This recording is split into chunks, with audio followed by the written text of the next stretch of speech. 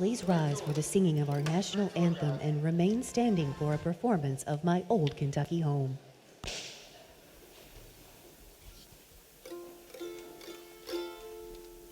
Oh, say, can you see by the dawn's early light what so proudly we hailed at the twilight's last gleaming, whose broad stripes and bright stars through the perilous fight o'er the ramparts we watched were so gallantly streaming, and the rockets' red glare, the bombs bursting in air, gave proof through the night that our flag was still there. Oh, say does that star-spangled banner yet wave o'er the land of the free and the home of the brave.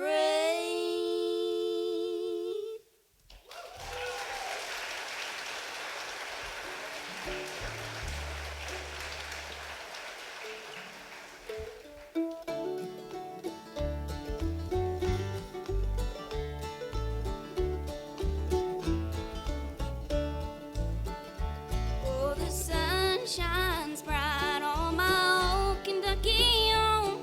It's summer, the people are gay. Oh, the corn tops ripe and the meadows are in bloom, and the birds make music all the day. Weep no more, my lady. Oh, weep no more today. We will sing one song for my old Kentucky home, my old Kentucky home far away.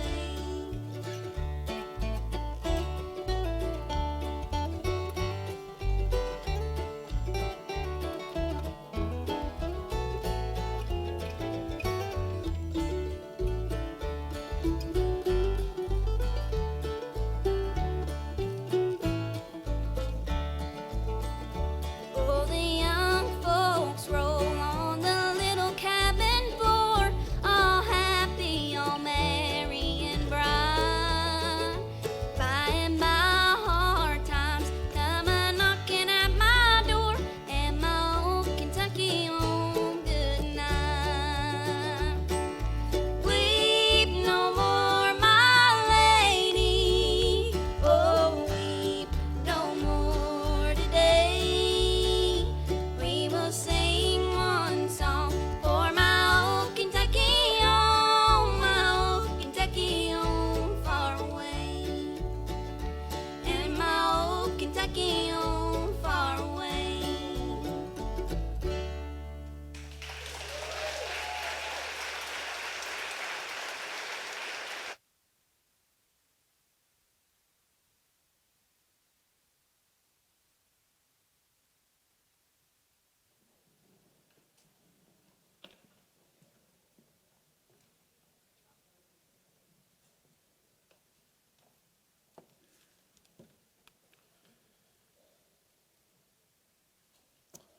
Good afternoon.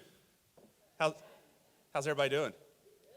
We got a small enough crowd here that we can get pretty conversational up here. So welcome to Hazard and in the 2022 SOAR Focus Summit on Entrepreneurship and Innovation presented by Kentucky Power. I'm Colby Hall, and I'm the Executive Director of Shaping Our Appalachian Region. It's so good to see each and every one of you. Thank you so much for taking the time to be here today. I got to ask, I asked probably 3 people outside, is this anybody's first time in Hazard or Perry County? Wow. So for the folks from the community, that's about a third of the room, and we still have some people trickling in, so that's so awesome to see. We've got about 320 people that are going to be here today and tomorrow and this evening from about 35 counties in Kentucky and 6 states. So what a great turnout, and I really want everybody to give themselves a big round of applause for taking the time to show up today. But before I open up with just a few brief thoughts on what I hope we can achieve and talk about over the next couple of days, I want to give a big round of thanks to the people that made it all possible, to our local sponsors, Hazard, Perry County Tourism, Primary Care Centers of Eastern Kentucky, Perry Distributors, Sitel, Go Time, and Steak and Shake. We're just so incredibly grateful for your support. A big special thanks to the Hazard, Perry County Chamber of Commerce, Hazard Community and Technical College, Thacker Grigsby, the City of Hazard, Perry County Fiscal Court, and LKLP Community Action. This wouldn't have happened without your partnership to get to this point today, so thank you. And then to all the SOAR corporate partners whose logos you're going to see throughout the facility, at SOAR, we simply couldn't do the important work that we do without you. So it's just, we're very humbled and honored for your help and assistance, and thanks for being here today. So we're here to talk about entrepreneurship and innovation, how to cultivate more big ideas, develop more homegrown founders, and increase investment in communities across Eastern Kentucky. So I want to give kind of a snapshot, just in a couple quick slides of where we are currently, and the best you can with limited information. So venture capital in rural areas grew from 3.2 to 42.5 billion between 2017 and 2021. So that's all private venture capital. That was an increase of about 0.5% to 2.5% of the total venture capital pool across the country, which was 1.7 trillion. But only a really small fraction of those funds is being delivered to Appalachian businesses. In 2021, Kentucky companies received $256 million in venture funding across the state. Less than 1% of those investments occurred in distressed or at-risk counties. So of all private, early-stage, risk-tolerant capital deployed in the U.S. in 2021, less than 0.2% was deployed in distressed and at-risk communities in Kentucky, which look like our communities in Eastern Kentucky. Moreover, technology jobs were the third fastest growing occupation in the U.S. between 2014 and 2019.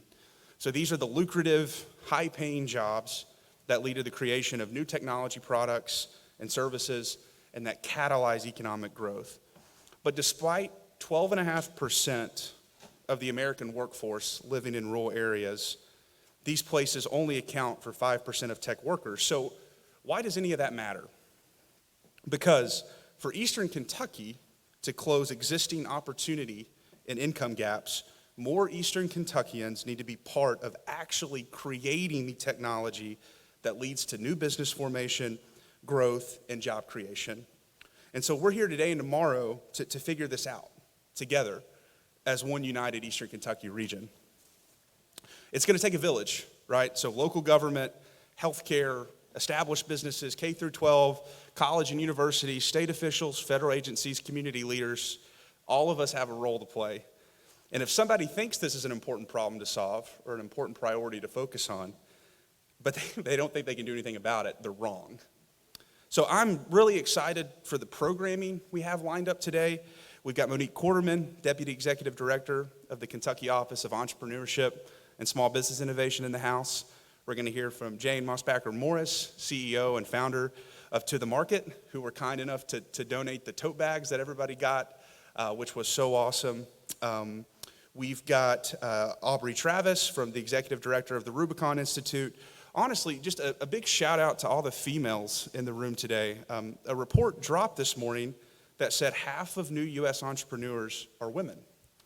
So from Jane, Aubrey, Monique, and then some of the video content that we're going to show today, I think you're going to see that this holds true in Eastern Kentucky as well. Later, Travis Parman from App Harvest is going to be speaking. Jonathan Webb ran into some last-minute travel difficulties from outside the country. So Travis has been kind enough to step in and to speak in his place today. Then at 3:30, we have the third annual Startup Appalachia Pitch Competition with Ian McClure, Assistant Vice President for Research, Innovation, and Economic Impact from the University of Kentucky, leading us off with important remarks around the commercialization of ideas. And then finally this evening, we've got the hazard reception taken in downtown with food, a cash bar, and entertainment provided by the folks that were up here on the stage, Dean Osborne Band and Cold Town Dixie. So it's going to be a really good time. So that's all I've got. I just hope everybody has fun today. Let's lean in, find something to take home from us. And I'm just really grateful that you're here and that you're committed to shaping a better future in Eastern Kentucky. Thank you.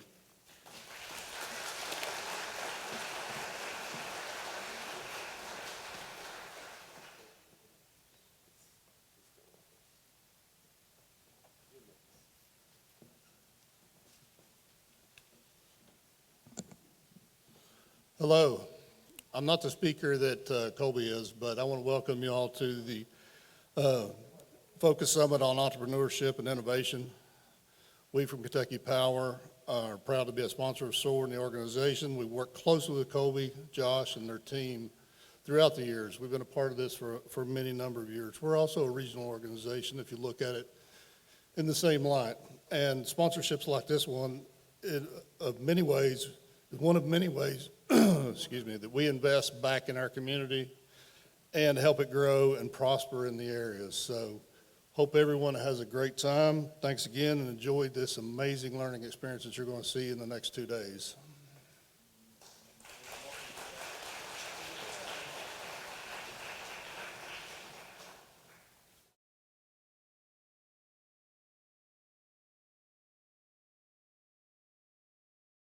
Hello, I'm Gail Manchin, Federal Co-Chair of the Appalachian Regional Commission. I wish I could be there with you this week in Hazard, but I'm heartened by the relationships that are being built and the conversations being had surrounding entrepreneurship and innovation in rural Appalachia. Like you, we at ARC know the impact that a strong workforce and local business have on the quality of life for our communities. In fact, one of the core goals of ARC's 2022-2026 strategic plan is to help build up Appalachian businesses. Our goal is to join with our state and local partners, such as all of you at SOAR, to provide support for small business development in the region. This includes working to grow existing industries and supporting economic diversification. We also will support homegrown entrepreneurial ideas in light of the issues faced by our coal-impacted communities. This includes ARC's Power Grants, our ongoing grant program that works to revitalize coal-impacted communities, for which we are pleased to count SOAR among our list of grantees, as you know. ARC believes in the importance of building entrepreneurship and business in Appalachia. In fact, it's the topic of a virtual event we're hosting on August 23rd at 10 a.m. Stop number 3 on the Appalachia Envisioned Roadshow. During the event, we'll hear from elected officials and business ambassadors from South Carolina, Georgia, Alabama, and Mississippi on what they're doing to bring new capital to Appalachia. Registration for this free event will be available on our website later this summer. As you attend today's SOAR Entrepreneurship and Innovation Conference, I encourage you to continue exchanging those ideas and bridging those relationships with other leaders and entrepreneurs around your region. Together, we can help Kentucky and rural Appalachia not just survive, not just thrive, but compete. I'm confident that if we collaborate across county and state lines, now will be the time to make big transformational impacts with lasting changes across our region. I look forward to seeing all that will be accomplished in the region as a result of this great conference. Thank you and good luck.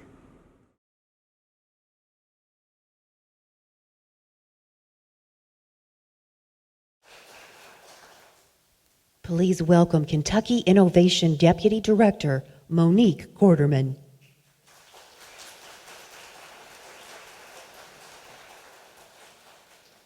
Good afternoon and welcome. For those in the room that know me well, you know I like to begin with a smile and some gratitude. I am so grateful to be here today for the SOAR Focus Summit in Hazard, Kentucky. But first, let me say a couple of thank yous. I always like to start with gratitude. First, thank you to the Hazard Community and Technical College for hosting us in this beautiful space. It is so fantastic to share this moment with the KCTCS system that makes a priority to be innovative across the state of Kentucky. I also want to take a moment to thank other sponsors in addition to Kentucky Innovation, Kentucky Power, all of the Hazard City and Perry County businesses that have participated in this, the nonprofits that are participating, the service providers. All of you have such an important role in making innovation in Eastern Kentucky something to celebrate, and we're so excited to celebrate it along with you. I send my greetings from the Kentucky Cabinet for Economic Development, particularly Secretary Knoll and also Governor Beshear. We are always celebrating the new advancements that are coming across Eastern Kentucky in the innovation space. When you look at Hazard specifically, Hazard is an area that is experiencing significant population increase. When you look at the numbers, it is a significant increase that we haven't seen since the 1930s. What this means is that people are betting on Kentucky. People are betting on Eastern Kentucky and are excited to build their lives here. And we are so grateful to be your partner in this. When we think about innovation, entrepreneurship, and commercialization, those are really big words, right? I struggle with them myself sometimes. But really, I like to think of it in terms of faces and in terms of people. You all have seen the faces of the awesome SOAR team. They have been running around like mad people to get this opportunity and these events going because they see the value of innovation and entrepreneurship in community, and they are poised to celebrate when that results in high wages, new businesses, new opportunity across their communities. Can we give a round of applause for SOAR? They're a great team. Kentucky Innovation is so proud to be a partner to SOAR at a total of 6 regional Kentucky Innovation Hubs across the Commonwealth of Kentucky that are designed to be a front door for innovation and entrepreneurship, no matter where you live in our state. That is so important to us. And before I go, I'd like to shout out just a couple of our other collaborators in the room. My Kentucky Innovation team, please wave. They are here to support small businesses in Kentucky. If you are growing, thanks team. If you are growing in Perry County, in the city of Hazard, we want to talk to you. We want to tell you about what the state of Kentucky has to offer you to support your growth process. I see some colleges and universities across the state in the room. Please wave. Awesome. The colleges and universities, thank you for coming. They are part of the Kentucky Commercialization Ventures Initiative, a first in its kind for Kentucky, so that all of Kentucky's public colleges and universities have equitable access to support in learning about innovation and being embraced to participate and start businesses that are innovative. And that's something that gets me really excited. And then also all of the entrepreneurship support organizations. I'm thinking KSTC. I saw the Kentucky Procurement Technical Assistance Center. Please raise your hands. If you're a small business in this room, or if you're interested in starting a small business, do not leave here today without talking to these folks. They are connected, they are ready to support you, and they want to see you start a business right here in Perry County, and we're so excited to be your partner in this process. Thank you so much for having me, and excited about the SOAR Summit. Thanks for coming.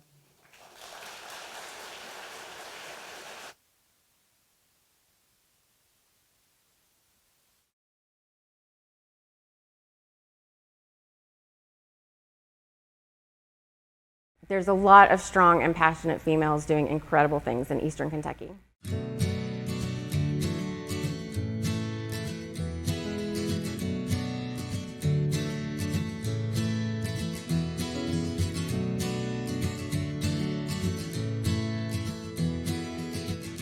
I feel like being a female entrepreneur in a male-dominated business world has led me to be underestimated at times, but the more doors I knock on, the more contacts I make, the more businesses I approach.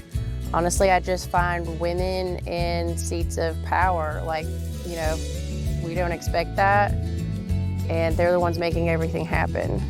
My advice for other entrepreneurs in Appalachia is to just not be afraid to dream big. Women, we have a strong bond. We want to support each other and really use that to your advantage. I always tell myself the worst thing that could ever happen to me is someone's just going to say no to me. They can't kill me, they can't eat me, so I'm just going to go big and keep trying. I mean, I think if we were to give advice, just do it. And I know how simple that sounds. Like, really, just do it. Like, don't overthink it. Because if you do, you can find a million reasons to talk yourself out of this. You can find a million, reasons that you're too busy, you have too much going on, or this will never work, or what if I don't get a tenant, or what if I spend all this money, no one rents this space. And you kind of just have to have that faith in yourself, faith in the people you're working with, and you just have to take that leap.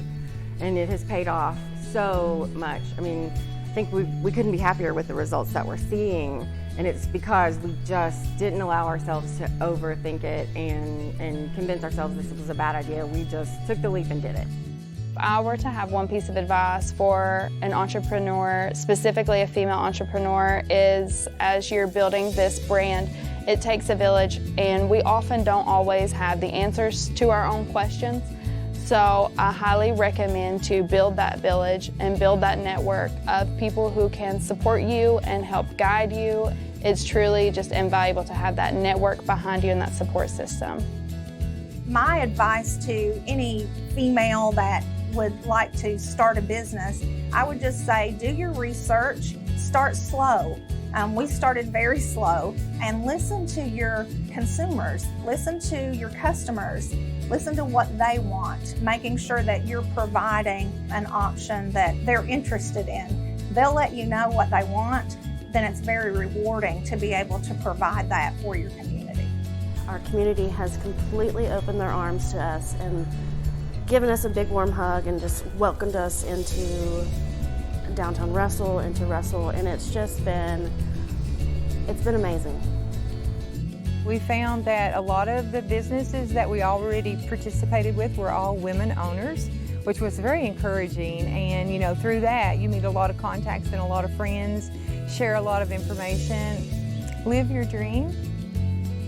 Don't let anything stop you, and go forward. And when something seems to be hard, it's a mountain that can be conquered that could launch your business out into the biggest dream you've ever had.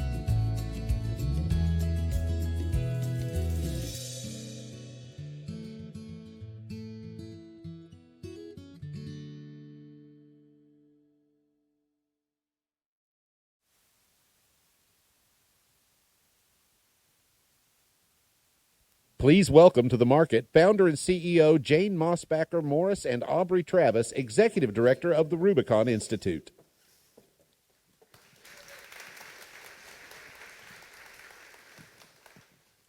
Hi everyone, welcome. I am here today with Jane Mossbacker Morris, the founder and CEO of To The Market, a company that leverages a technology platform to provide solutions for ethical manufacturing, connecting companies to a syndicated network of sustainable and ethical suppliers. She previously served as the director of the humanitarian action for the McCain Institute for International Leadership and currently serves on the Institute's Human Trafficking Advisory Council. She is the author of Penguin Random House book, Buy the Change You Want to See, Use Your Purchasing Power to Make the World a Better Place. In 2020, Fortune magazine named Jane one of the 25 world's greatest leaders because of her response to COVID-19. She holds a Bachelor of Science in Foreign Service from Georgetown University and an MBA from Columbia Business School, and she is married to fellow entrepreneur and my boss, Nate Morris of Kentucky. Thanks for joining us today.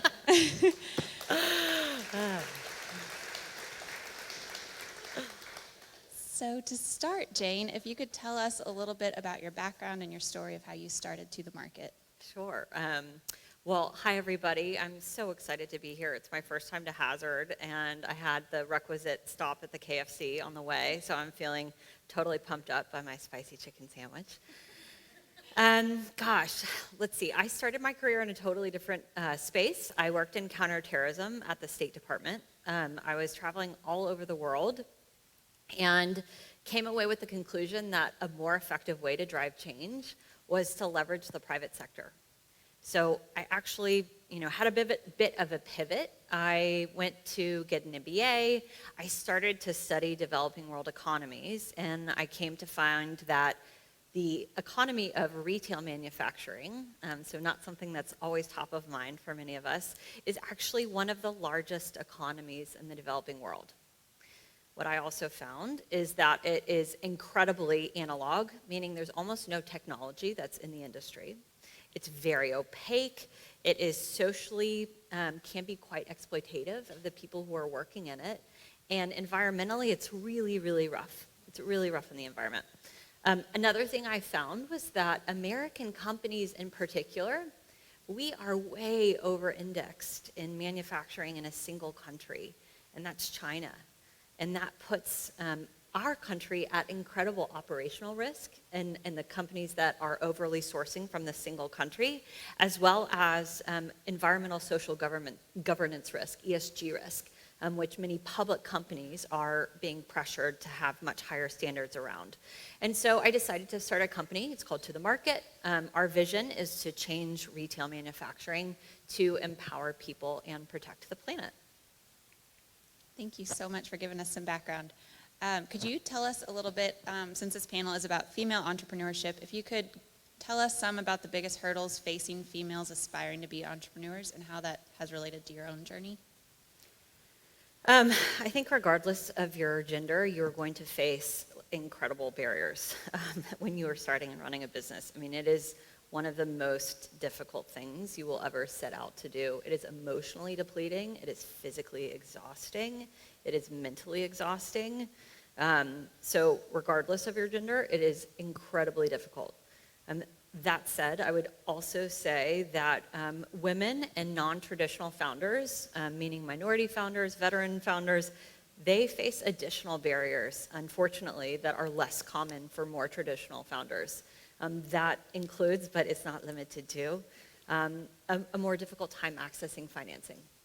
So that could be a more difficult time accessing small business loans. That could be a more difficult time accessing venture capital. If you look at, for example, some of the venture capital statistics, about 2% of venture capital in the United States goes to female founders. And you could make all sorts of arguments as to why that is. Is it because they're starting businesses that are not appropriate for the venture space? I would argue that may be a very small part of it, but most of that is probably that many venture capitalists are just used to seeing a different type of founder and are still having to adjust to the fact that there are founders that come in all forms. So I would say that is definitely one of the hurdles. And then how do you overcome it? Because it's a reality. So how you overcome it is you have to find people who are going to believe in you and in your idea. And the more you pitch, which by the way, 98% of people you pitch will tell you no. Like that is just, and my husband will tell you the same thing. It doesn't change, the business you're in, how brilliant you are. The vast majority of people that you pitch, it's not a fit for their thesis, for the stage. They're not comfortable with the industry. I mean, there's 1,000 reasons why it might not be a fit. But because the vast majority of folks will say no, you will begin to identify patterns around the type of people who say yes. What is their thesis? Meaning, what do they typically fund? Whether it's a bank or it's a private investor. Go and seek that type of person out. It's much more efficient to find people who are going to believe in you than to try to convince somebody who is likely never going to get there. So I think having the experience of constantly pitching, beginning to identify a profile of a investor, again, whether that's a bank lender or that is a venture capitalist or friends and family who gets it, go find those people. Don't waste your time trying to convince people who may or may not, likely may not, they may never get what you're trying to do, and that is okay. It's no testament to your success, to your work ethic, to your capability, to your vision. It just is. And so finding the person and the people that are for you and profiling them and going after them, I think is incredibly important for everybody, particularly for non-traditional founders who struggle to have access to capital. I think that is great advice. Thank you. Given our location today, I think a key thing to think about is that ideas are no longer place-based. Businesses can be launched from anywhere, reach anywhere. What kind of advice would you give to someone wanting to start a tech-based or e-commerce business in this part of Kentucky today? Well, I think it's so exciting that, you can start a business that doesn't have to be based in New York or San Francisco or any of the sort of traditional places where high-growth startups in the past may have been founded. What's one of the sort of positives that COVID has shown us is that you can attract talent and work in a distributed form, meaning that you can have teammates who are all over the US, sometimes all over the world. You don't have to physically be in an office together. And so because of that, I think it's very exciting because investors are also thinking differently. They're less thinking about the importance of you being in an ecosystem that's already so fully developed, and instead are widening the geographic regions that they're open to investing in, which is a huge advantage to all of us in Kentucky, because I'm seeing more and more access to capital come to our region, which is critical to our growth. It is critical to the success of our small businesses, to our venture-backed businesses, to our nonprofits. Access to capital is important to all of those things. And so I'm very excited to see that some of the traditional borders that existed that may have weighed capital being so heavily on the coasts is really starting to be reduced, which is hugely, hugely helpful. That said, I think we always have to be able to articulate why. Why are we here? Why do you want to be in this environment versus another environment? And so as you're prepping to respond to that, again, whether it's through the bank application or it's as you're pitching that investor, to be able to answer, why do I so believe in this region? Why do I believe I can attract really extraordinary talent to this region? Why did I pick this region? There are a million very attractive things about being in Kentucky, but we need to be ready to articulate those to people who maybe are less familiar with Kentucky, because they will ask, tell me why you're building it here. Thank you. Could you also discuss, based on building to the market, the importance of community, finding good mentors, finding good support networks, and helping build up your business? Absolutely. The value of mentors is that you can avoid mistakes that perhaps they have made, and you can accelerate your growth. So it's like, how do I copy the things that worked well? How do I avoid the things that did not work well for some people that I'm speaking with?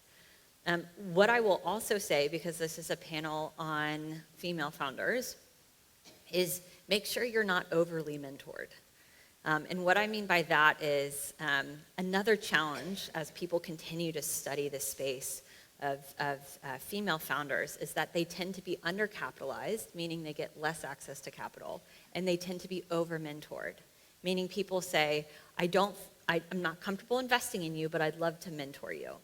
And to a degree, that is wonderful, but you want to make sure that that profile of mentor is actually tactically helping you. They are making introductions to you. They are, reviewing things that you're asking them to review. It's not just a check-in call where you're just updating them on what you're doing.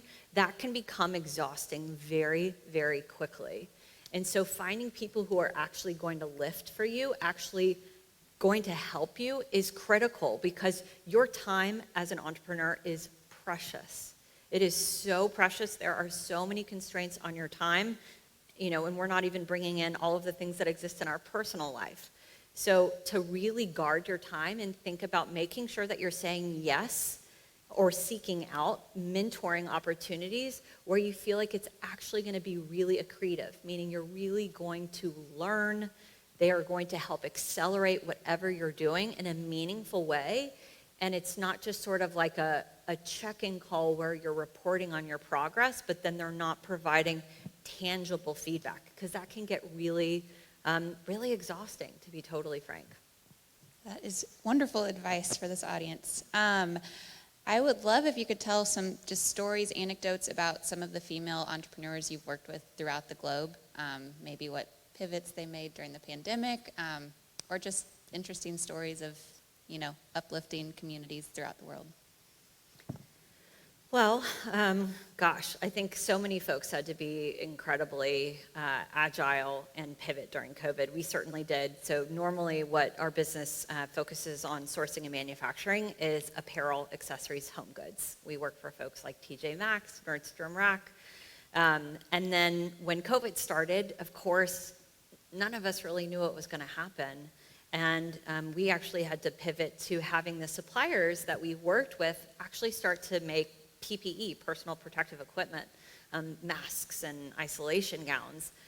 And that was so critical to our survival as a business, because our suppliers, who are our partners, if we can't have products made, there's nothing we can sell. So it was critical for them to continue to remain employed.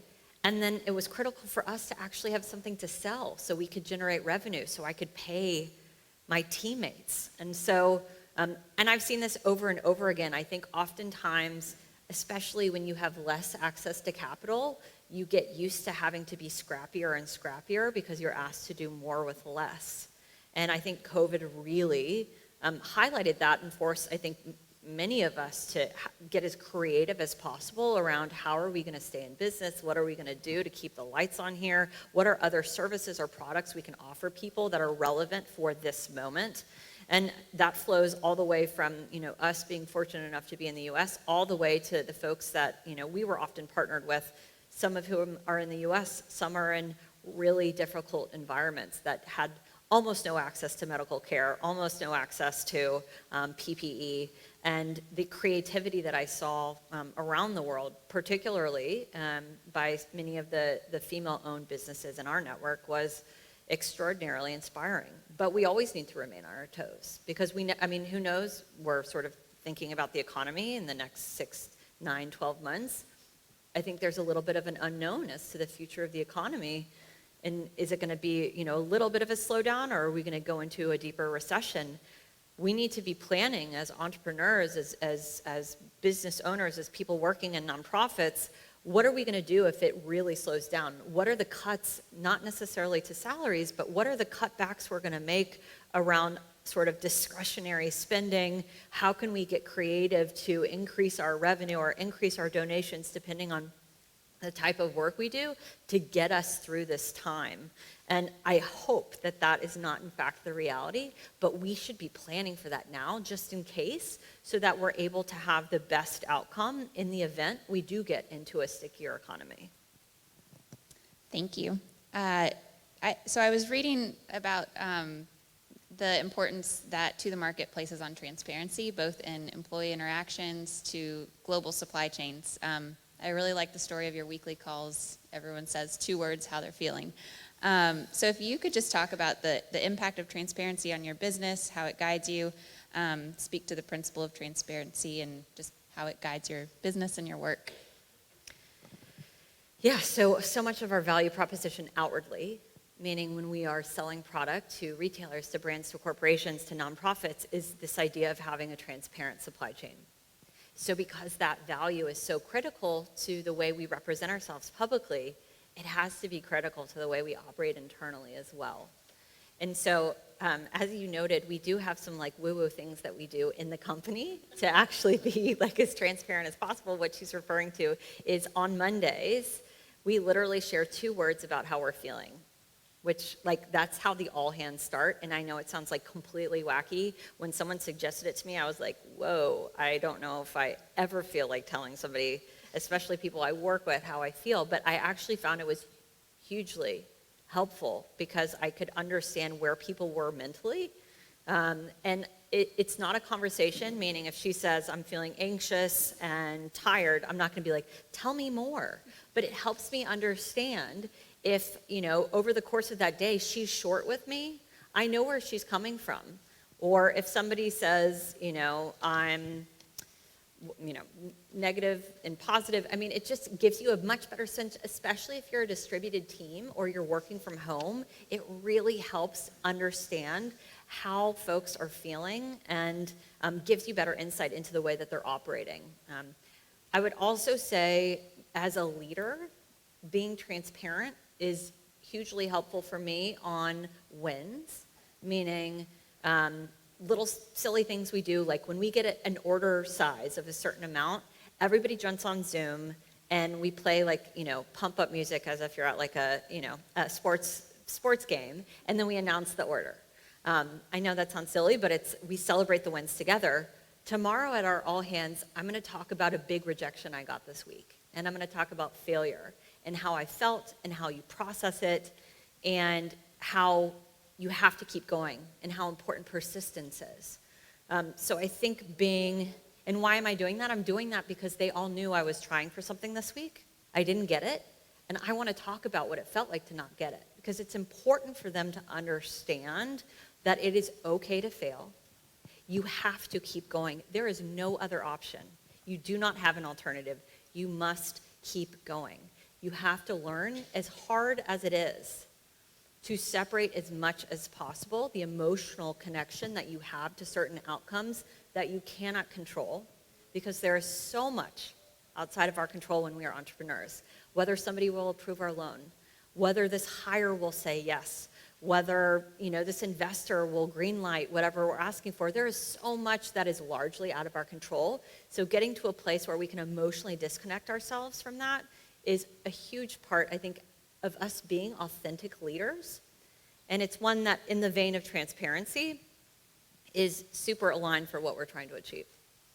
I think that is a wonderful note to end on. So thank you again so much to SOAR for having us here today, and for all of you for welcoming us to Hazard. Thank you.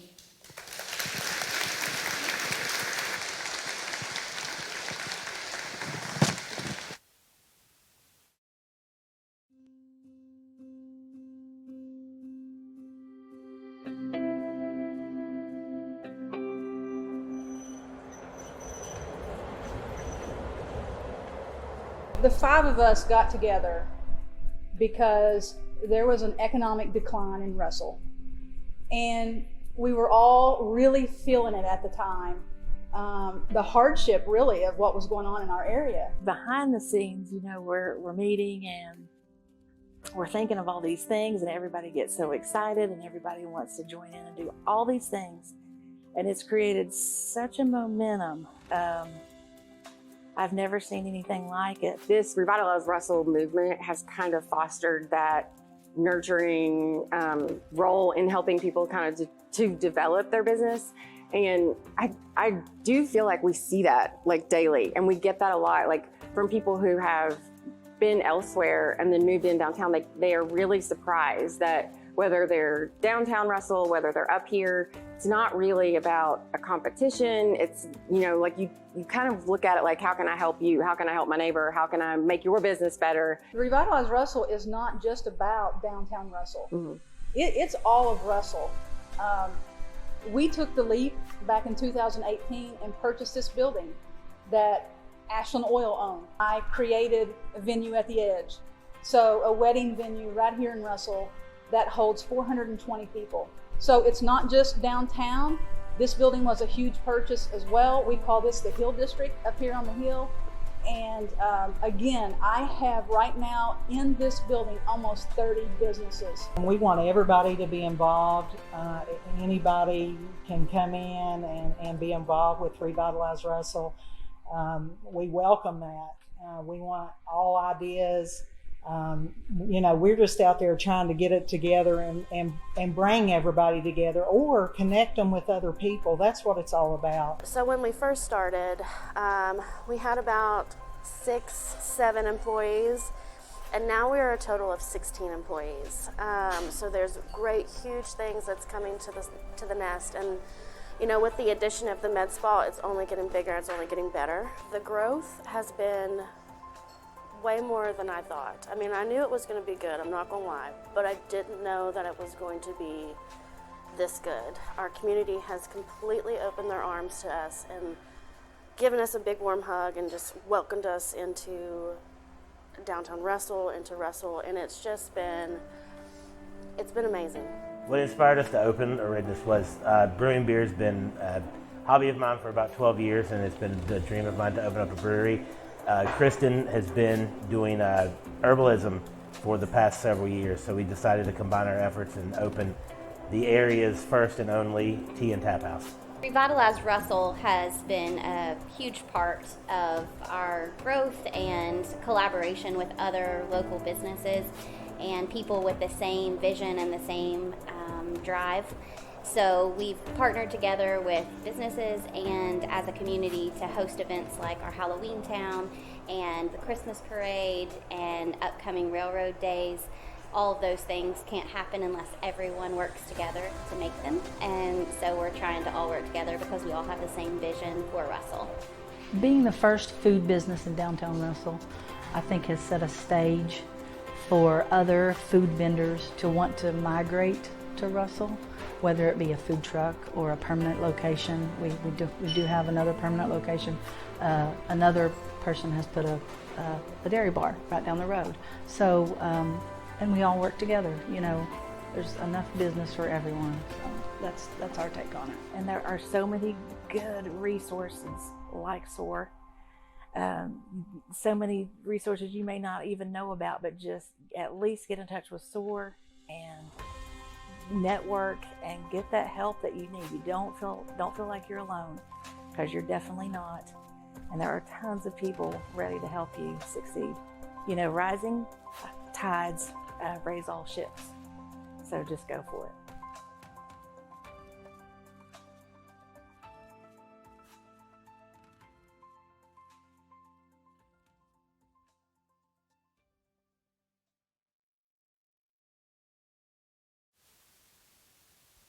Please welcome App Harvest Chief Communications Officer Travis Parman.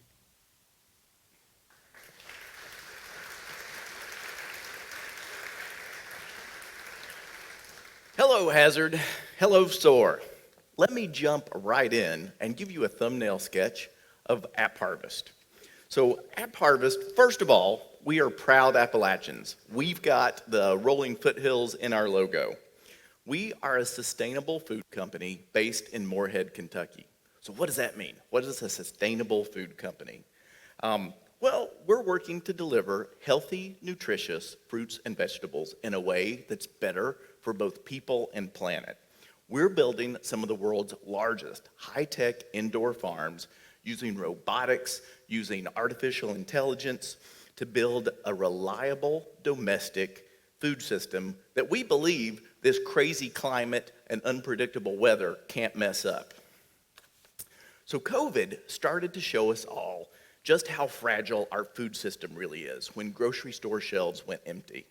And then remember when that ice storm dipped all the way down into Texas last year? It stopped trucks from crossing the border and grocery store shelves got even emptier. So we have become, as a nation, overly reliant on imports. So we are importing about 2/3 of our fresh fruits and vegetables right now.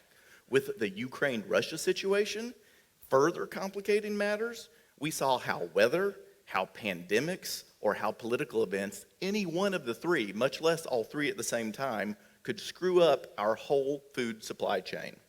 So our first farm in Moorhead is the size of 50 football fields, a little bit bigger than that actually, and it can grow 720,000 tomato plants at the same time.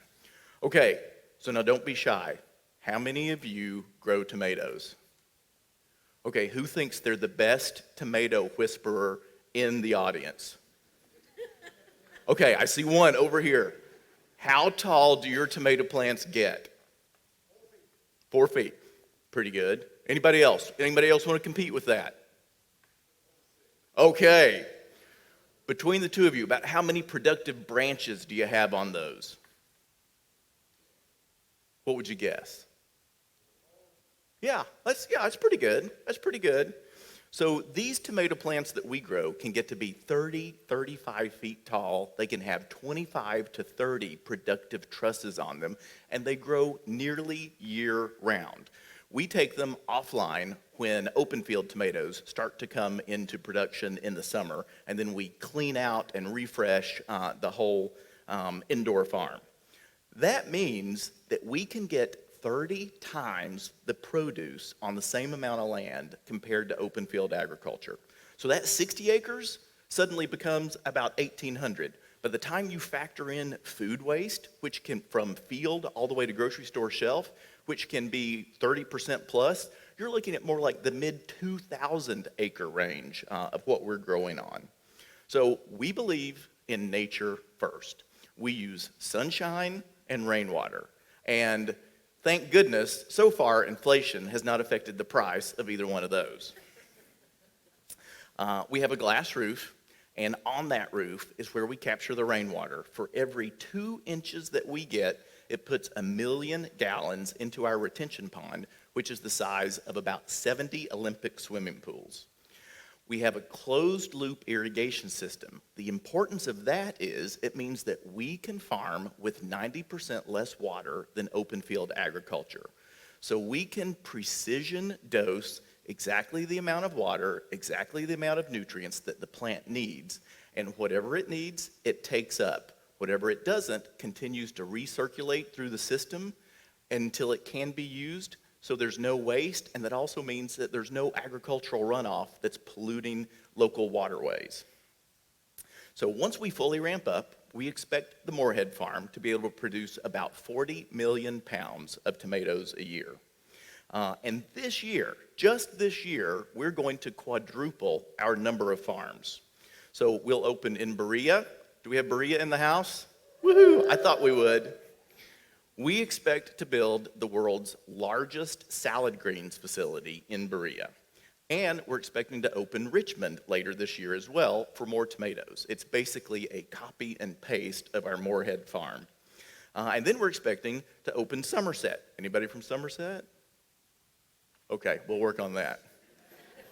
Somerset is going to be dedicated to strawberries, and we expect to do some seasonal cucumbers. So now you have an idea about what AppHarvest is all about. So why am I here? You were expecting our CEO and founder, Jonathan Webb.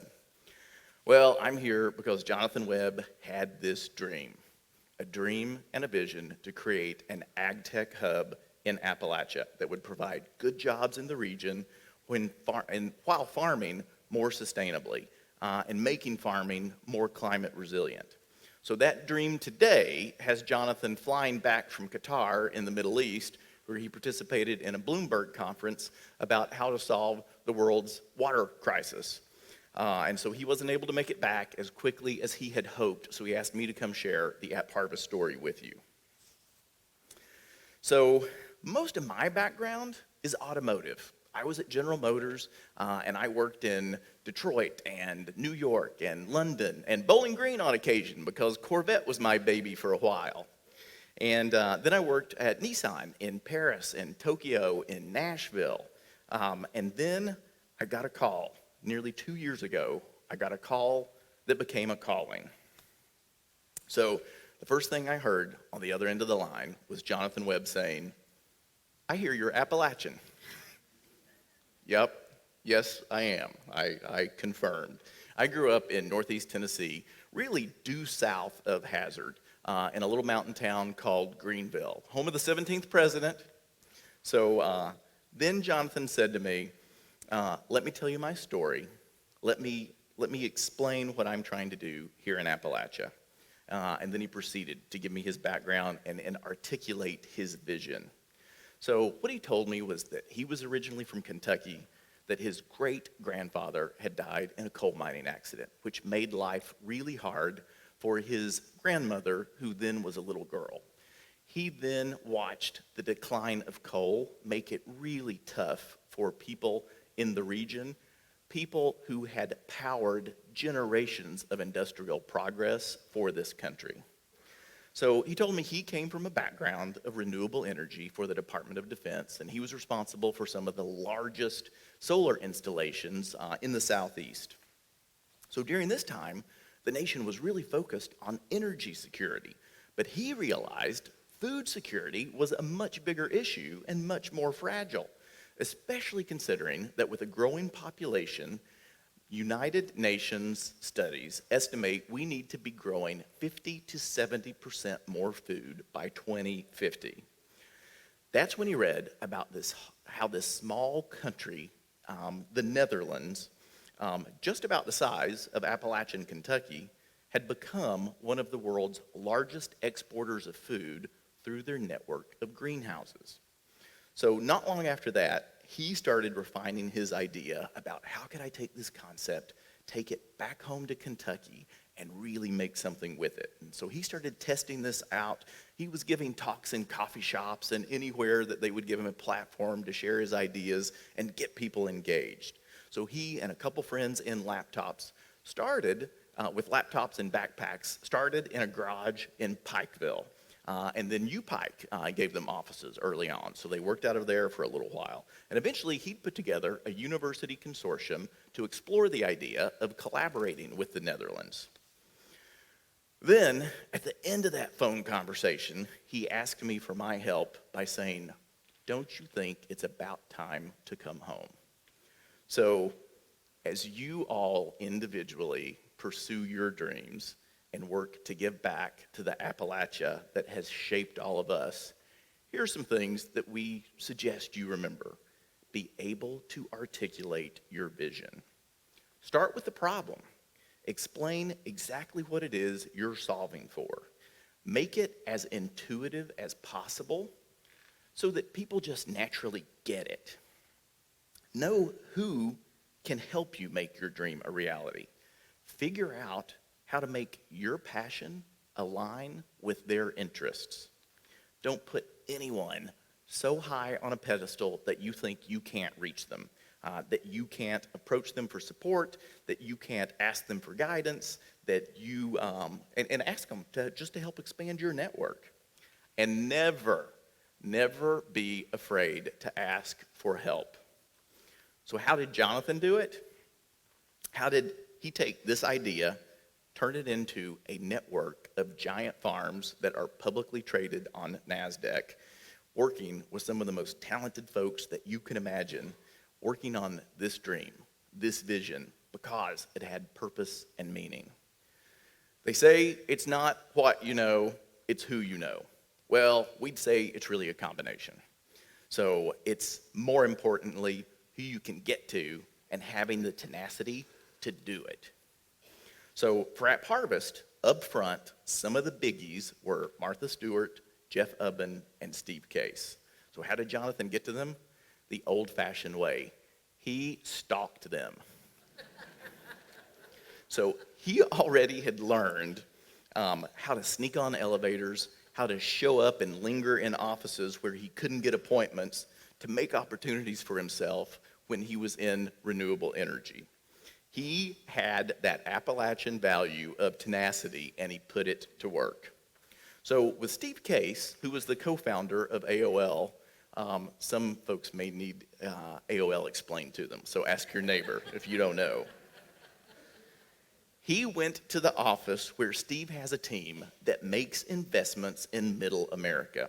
They have a seed fund called Rise of the Rest because nearly 80% of venture capital goes to one of three cities, to New York, to Boston, or to San Francisco. And so they really try to support the folks in between the coasts. So he told them, I'm not leaving here until you write me a check. Even if it's just for $20, I want to be able to say that you are supporting us. Well, he did a little better than that. I think he got a check for a couple $100,000 and was able to keep going. So with Jeff Ubben, another investor who likes investments that have the potential to improve people's lives and the environment. He tracked him down at a conference in San Francisco. He cornered him and gave him his 2-minute elevator speech and got him on board. With Martha Stewart, he tracked her down at a festival in Utah called Chef's Dance and gave his 2-minute spiel. Now, she was already educated about indoor farming, so she got interested and she said, hey, come to my New York office. I'd like to have a deeper conversation with you. And so he did that, and then she said, yep, I'm on board. In fact, I'll join the board. So Jonathan, what did he do that you guys can do? Jonathan shared a compelling narrative and asked for help, making it clear how his vision was aligned with their interests. Good narratives are persuasive. They motivate people to action, and the very best ones are inspirational. And once you can inspire folks with your story, with your ambition, with your moxie to create something new, you'll be amazed how the universe conspires to help you. So then, your dream isn't just yours, it's shared. So all of those calls for help you make become callings for those individuals. And what once was Jonathan's dream to create good jobs in Appalachia by farming more sustainably, well, now that's Martha's dream. That's Steve Case's dream. That's Jeff Ubben's dream. That's my dream. And that's the dream of about 500 employees that we have working to turn this one farm into a network of 4 farms this year. And we hope to have about 1,000 dreamers and doers by the end of this year working on that 4-farm network. And it was the folks in this region that rallied around this dream to make it a reality. In the middle of COVID, we were able to put up this 60-acre, ginormous glass and steel farm and get it up and running. We're convinced that it was all Appalachian, get-her-done tenacity that enabled that. We don't think that could have happened in any other area of the U.S. A fellow Appalachian whom I adore gave this advice in a UT commencement speech and then turned around and made it a book and a business by the same name. Dolly Parton said, dream more. Dream more, learn more, care more, be more. So that dream that started with Jonathan has grown into this entity, App Harvest, that has its own collective dream with an army of supporters behind it and its own set of values. Those values for us are Appalachian, faith and grit, passion and dedication, a proactive entrepreneurial mindset, radical transparency and trust, and collaborative and inspiring leadership. As an organization, now we dream about creating the next generation of what we like to call farmers and futurists. We're doing that by working with FFA and 4-H and the local high schools to put high-tech hydroponic farms in area high schools to get the next generation of students excited about careers in agriculture here in Appalachia. We expect to have 12 of those operating by the end of this year. So we call what we do fighting the food fight. And you can all fight the food fight with us just by having conversations at your dinner tables about your food and where it comes from and understanding the impact that its production has on people and on planet.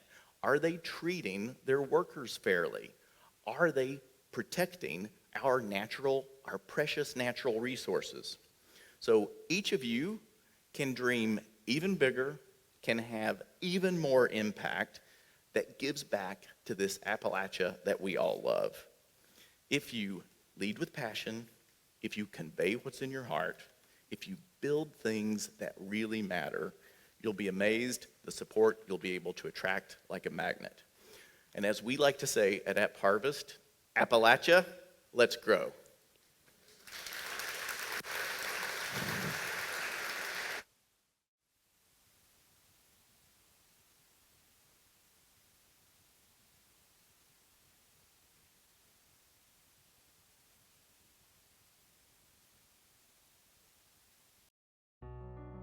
I'm Renee Moore, and I'm the founder of Community Treatment and Tracking Solutions, and a partner with RRJ Solutions, and we're a rehabilitation electronic monitoring company, CTTS. It is an accountability method for justice-involved individuals or people in substance abuse treatment programs, and we utilize different tools.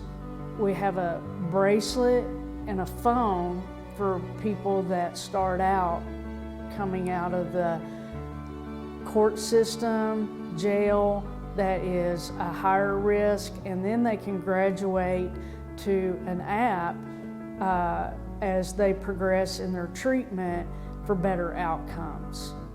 In 2017, I started at the drawing board and working on the app and learning the technology. And that took about 2 years of actual development, working with professionals for the treatment part. And then looking for a treatment partner, that's when I partnered with RJ Solutions and Becca Bray. And out of that became a perfect union. Hi, I'm Rebecca Bray, founding partner and executive director at RRJ Solutions. RRJ Solutions is a behavioral health agency. We started out in London, Kentucky, and now we've grown into multiple locations throughout Eastern Kentucky. Everybody asks me all the time, what does RRJ stand for? RRJ is the initials of the founding members, and we always want to remember the first time that we met, how we were looking for solutions in the therapeutic world. Solutions for clients, professionals, and the communities that we love. For our clients, we offer a welcoming environment where we're able to take on the objectives that they're looking for and really make it work with therapy. So we work with a lot of our different partners, such as CTTS, where we take their accountability and add it into treatment and have greater outcomes with higher success rates. I've spent 20 years working in federal and state government as part of the problem and not the solution. If we could track real-time results and respond immediately to people's needs, relapse doesn't happen between 8 and 5 business hours. They're going to relapse when their support system is not available.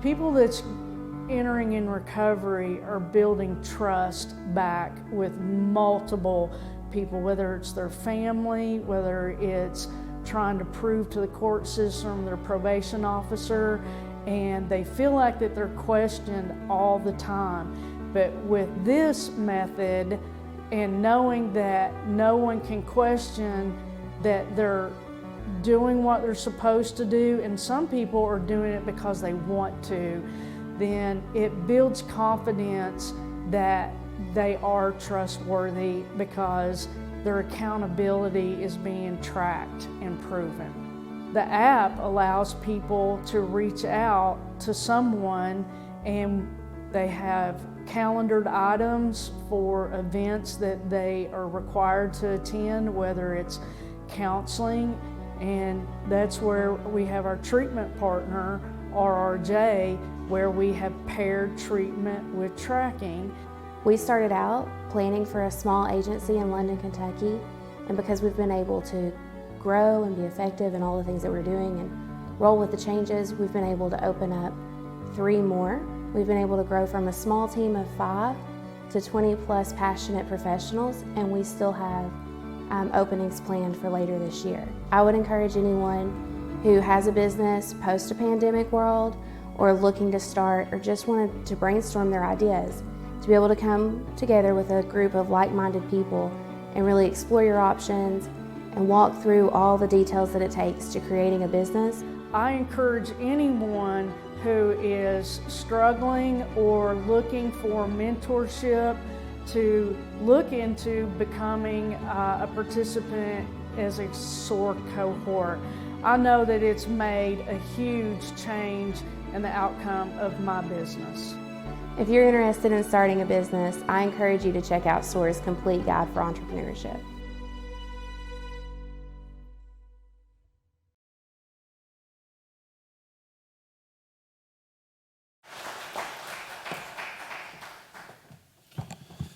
Good afternoon. How's everybody doing? Awesome.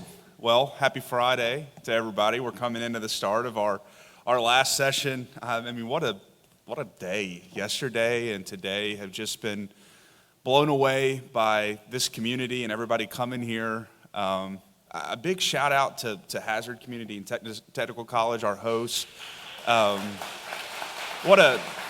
Just a great representation, Dr. Linden, from the maintenance folks. Everybody here has been so great to work with. Just a real kudos to everybody here. So thank you so much. I guess just a couple of takeaways from yesterday with some of the programming and the speakers that we heard. I wrote down 4 things that I thought I might share.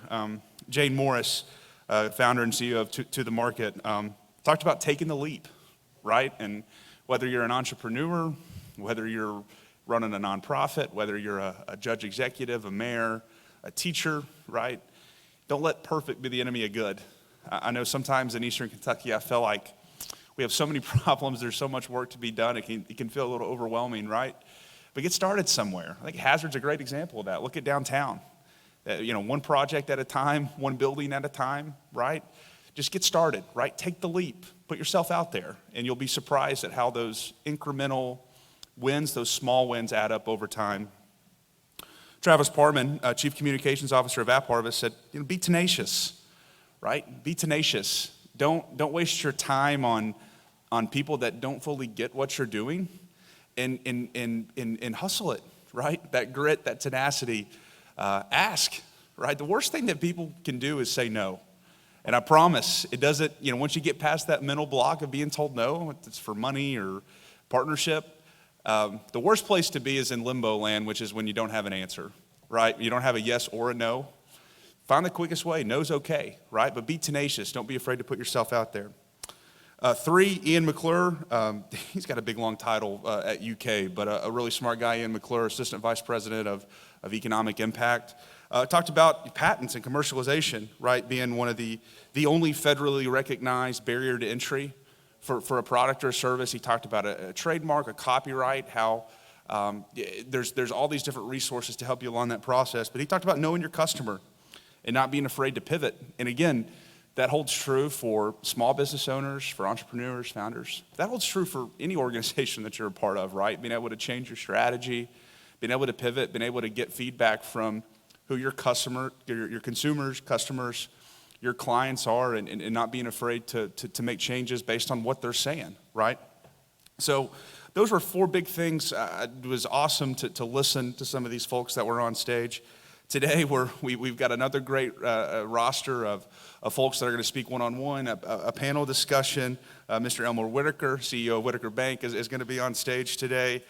Show Me the Money. We've got a great panel discussion. We've got a traditional bank, a CDFI, some angel and venture groups talking about the lack of capital problem, but how capital's here and how to make sure we funnel it to the right areas and who's a good fit for it, right?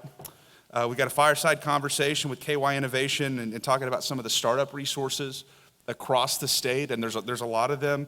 And then Tim Robinson, founder and CEO of Addiction Recovery Care on a destiny-driven idea. So tons of good stuff to finish out today. And the last thing I just want to do is again, say thank you to our local sponsors and supporters that made this happen. The Perry County Hazard Tourism for breakfast this morning, which was really, really good.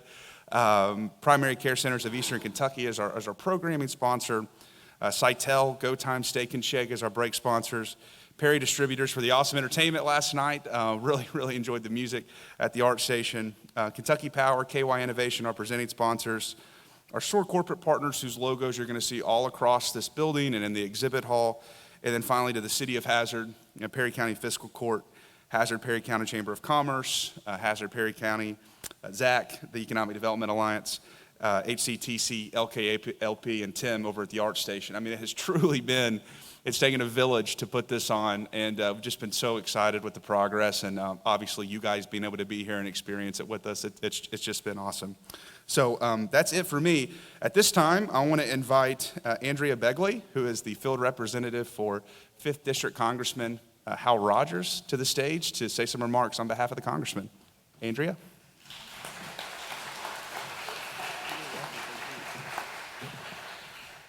A little bit shorter than Colby. Well, it's an honor to be here on behalf of Congressman Rogers today. Congressman Rogers was a co-founder of SOAR back in 2013. And by being here today, you are fulfilling the vision of SOAR. You're collaborating across different organizations, across county lines. And as Congressman always says, you're planning your work and you're working your plan. And that is the key to success, to shaping a brighter future here in the region.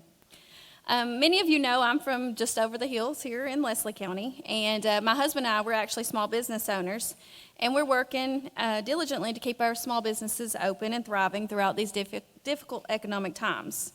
So I understand many of the challenges that's been brought up throughout this summit. Congressman Rogers takes great pride in having people on staff who are from southern and eastern Kentucky in his district offices. We know firsthand the obstacles that we face in our region, as well as all the incredible resources that are available to each of us that we can leverage for growth. So this isn't just another meeting for us. This is an opportunity to plan ahead and to share information about resources that are readily available to cultivate the next generation of small business owners, entrepreneurs, and innovators. So on that note, I'd like to thank our friends from the Economic Development Administration for being here and for being such a great partner with SOAR. The EDA has invested millions of dollars into vital projects in our region, and Congressman Rogers deeply appreciates you being here and for investing in our communities. As we dream about the future and plan ahead, Congressman Rogers and our staff are here to help connect the missing links for projects in our communities.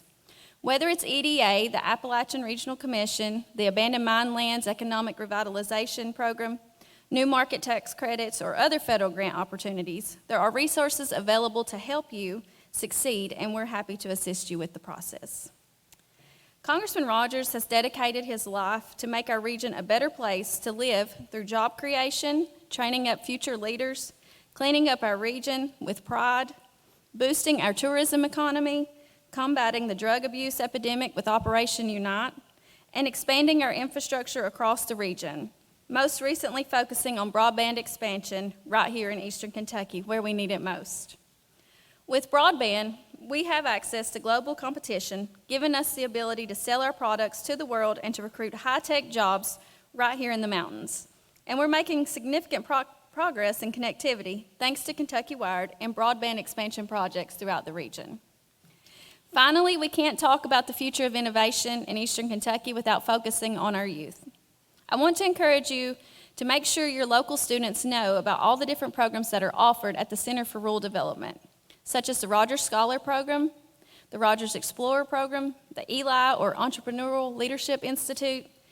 All of those are available at the center, and we always try to put those out to our schools, but please tell others about it. Our students deserve access to the best and possible opportunities right here in the mountains, including great scholarships and leadership training. And as school begins this fall, we'll be working with SOAR to launch the 2022 Congressional App Challenge. This will be to promote coding and app development. We have highly intelligent students in the mountains, and this challenge will give them the chance to compete at a national level. So Colby, we appreciate SOAR and their partnership to ramp up this year's Congressional App Challenge. As we wrap up this Focus Summit this afternoon, I want to encourage you to reach out to our office if we can be of assistance to any of you. Together, we are shaping a brighter future in eastern Kentucky. Thank you.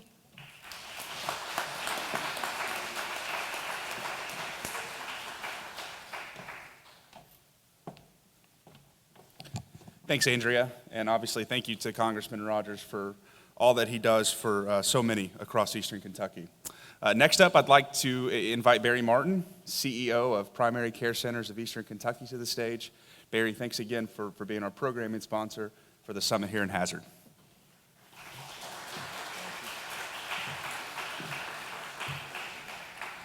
Hello. On behalf of Primary Care Centers of Eastern Kentucky, we are proud to be sponsoring the programming for the SOAR Focus Summit. When you think of an entrepreneur or an innovator, what is your prototype? Is it someone stocking the shelves at a supermarket, pumping gas, working in the mines, or driving a coal truck? The reason I ask this question is that sometime in my life, I've done all four of these jobs. So when you go shopping, you stop and get gas, or even look around the room and think, If a country boy from a small rural area in Floyd County, Kentucky can do it, why can't the person next to me or myself do it? 19 years ago, we opened primary care centers of Eastern Kentucky, and I can't tell you how many people during our first year that we were open told us that we were going to fail within the first year. Today, we have 4 clinics, 3 pharmacies, a specialty lab, a diabetes center that is second to none, and we're embarking on a residential substance abuse campus. We now employ over 350 people, and we'll probably employ another 30 to 40 by the end of this year. Do you know how we got here? We listened to our patients, and we responded to the needs of our communities. To get a better perspective, I sometimes go out to the lobby and just sit and act like I'm a patient. And it's amazing at what you can learn just by listening to the customers and seeing through their eyes what they have to go through. Our staff is prime example of innovators. When COVID hit, our staff went into adapt mode. We were the first in the state to set up a drive-through medical service while incorporating COVID testing. We are also the first outpatient setting to offer monoclonal antibody testing, or antibody infusion therapy. There is no doubt in my mind that Primary Care Centers of Eastern Kentucky was one of the nation's leading COVID testing, therapy, and vaccination sites, snugly located in the hills of Appalachian, Kentucky. Big things are happening in Hazard and in this region, and we hope to keep the positive momentum. Thank you for attending this event, and I hope that you have had an enlightening and enthusiastic experience over the last 2 days in our great city of Hazard. Thank you all.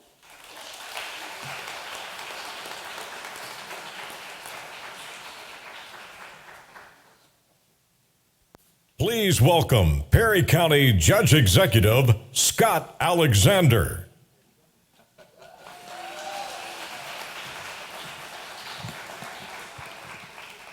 On behalf of the Mayor, Happy Mobilini, and the City Commission and the Perry County Fiscal Court, we want to welcome you here for the second day of the SOAR Summit. We hope you enjoyed yourself and had a great time. And these events are critical to the growth of Appalachia. One of the things the Mayor and I have done is we've tore down the walls of not working together. And the growth that's happening here and the growth that's happening in Appalachia is as we continue to tear down the walls and work together with one another, amazing things are happening. And as we develop the tourism, we're seeing more and more people. Guess where they want to come? They want to come to Appalachia. But it's going to take us all to continue to push that and dream that and make all these possibilities happen. So thank you for coming. It's been a great time and a great summit. Thank you.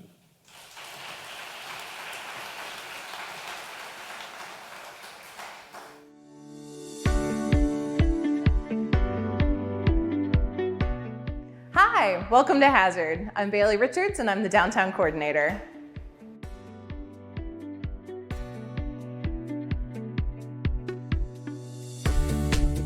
In 2019, I was hired as Downtown Coordinator, and since then we have had 46 businesses open in our downtown, leading to 130 new jobs. The way that we started when we were planning this revitalization was to look at what we could do as a city. And so we had people like Carolyn Davis, who opened Appalachian Quilt and Craft. We had people like Mandy Sheffel open Red Spotted Newt, and all of those proved the concept that our downtown was worth investing in and it was worth growing.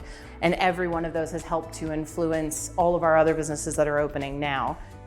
In 2017, I had an idea of wanting to highlight the art and culture and history of the Appalachian region through the local artists in this area that I'd grown up with and met along the way. Around mid-2018, we really started looking for a building in our hometown of Hazard to move the storefront to move the operations to create a brick and mortar for people to come in and see and feel the shirts that we were making and all the different products that we had to offer. So once we started our operations here in downtown Hazard in September of 2018, we saw this huge growth of more online sales, more in-person sales, and just people really wanted to see what we were doing and what it was about. And people were excited about the idea of something coming back here to bring Hazard back to what it was in its heyday. Since then, we've seen so many other businesses catch on to what we were trying to do, to try to follow along, to see that there was an opportunity here in downtown Hazard to create what they had in their mind as their dreams, as their ambitions, their goals for what they wanted to see their small business ideas grow into. So we started our business in November of 2021. Me and my wife always like to visit independent toy stores when we go to different cities. It's something we like to do as a family with our kids. When we moved back to Hazard, of course, we didn't have those options here. So we decided to see what we can do to bring an option here. So we did a toy store here. A lot of times when you live in bigger cities, people talk about what they don't have in your smaller communities. Well, sometimes you can just bring that thing here, you know? So I think that's what we did here. Just kind of fed off of other communities and other businesses and started our toy store. Hazard Coffee Company has been a great resource for us. You know, when we first got started, all of our ideas and stuff, we kind of bounced off of him. Him and Maggie was able to tell me kind of what we needed to do, our first steps. You know, we got connected to Bailey. Then Bailey was able to show us properties downtown and kind of show us how we can navigate that. Bouncing ideas off of Appalachian Apparel at Joey up there, you know, just kind of calling him and him walking me through different softwares and stuff to use. So the small business community has been great for us. People reach out to us a lot, which is interesting because I never thought that would be who I was as a business owner. My wife and I started this business. We were living away from here. My wife is from Hazard. Always wanted to make it back to Kentucky, and we would always come and visit, and it just felt like, you know, the time was right to find a way to move back home. We decided to open up a coffee shop and provide that atmosphere that we felt like Hazard deserved. I feel like we were like immediately welcome, and once we would reach out to people on getting their ideas on what we, you know, could do, would they like it, would they not like it, and it was already overwhelming support, and we hadn't even started yet. Everybody just wants you to succeed, and they're so encouraging and so helpful to help push that along. You become friends with the other business owners because everybody is kind of doing the same thing. You want each other to succeed because you succeed. We started out at a storefront just down the street from Appalachian Apparel with about 200 square feet of space, so I was doing all my making the candles, selling them all in one place. Joey McKinney came up to me and asked me if I was interested in moving up here to Appalachian Apparel. I said, sure, that sounds great. I moved up here with Joey, had more space, able to get more product up on the shelves. Can't wait to see what happens in the future. With all the work and investment going into downtown right now, I foresee this to be a very busy downtown area and look forward to seeing what happens. To be able to have those first glimpses that, yeah, this could work. People are interested, people are willing to invest, people do believe in our downtown, was really what started everything. It's important to celebrate those small wins because ultimately they add up to big things.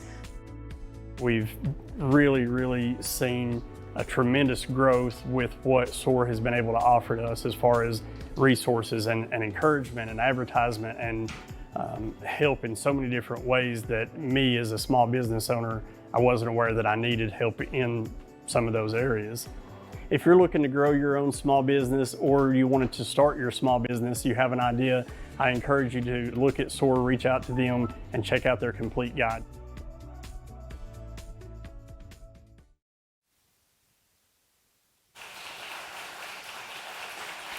Please welcome Hazard Community and Technical College President, Jennifer Linden.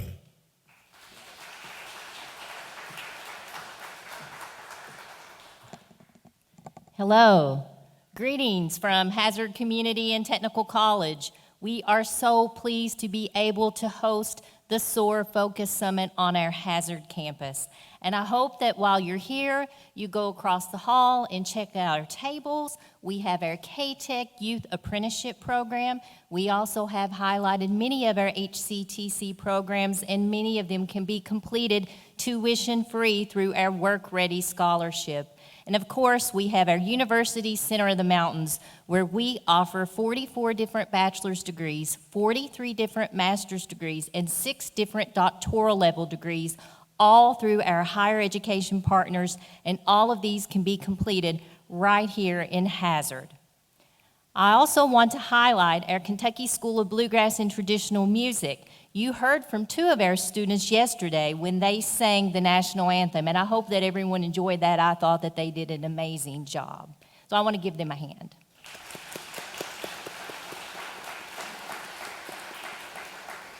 I too want to thank our HCTC staff. They do amazing work, and of course this event would not have been possible without them, so I'd like to give them a hand too. And you know, SOAR has been so kind and has thanked us many times, but I want to thank SOAR. They have a wonderful team. Colby Hall, Josh Ball, Karen Roberts-Prater, and the rest of the SOAR staff. They have been so wonderful to work with, and of course, it takes a team, it takes a village to make all of this happen, and there have been many other partners involved as well, but I particularly want to give SOAR a thank you.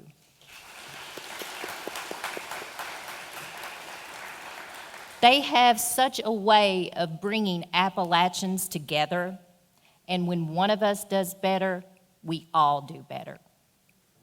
The Kentucky Community and Technical College system has long been a supporter of SOAR and really believes in the SOAR mission. We have 6 colleges that are part of the SOAR region.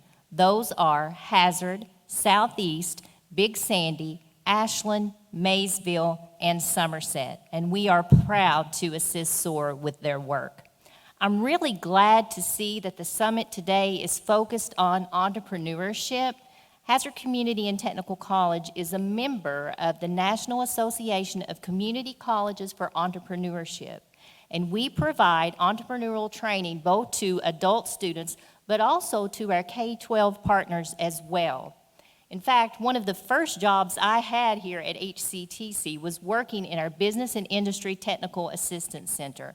So I worked with people who had amazing ideas, so creative, and we worked together to develop business plans, and we would complete applications for business loans. But what I saw was one of the major struggles was that access to start-up capital.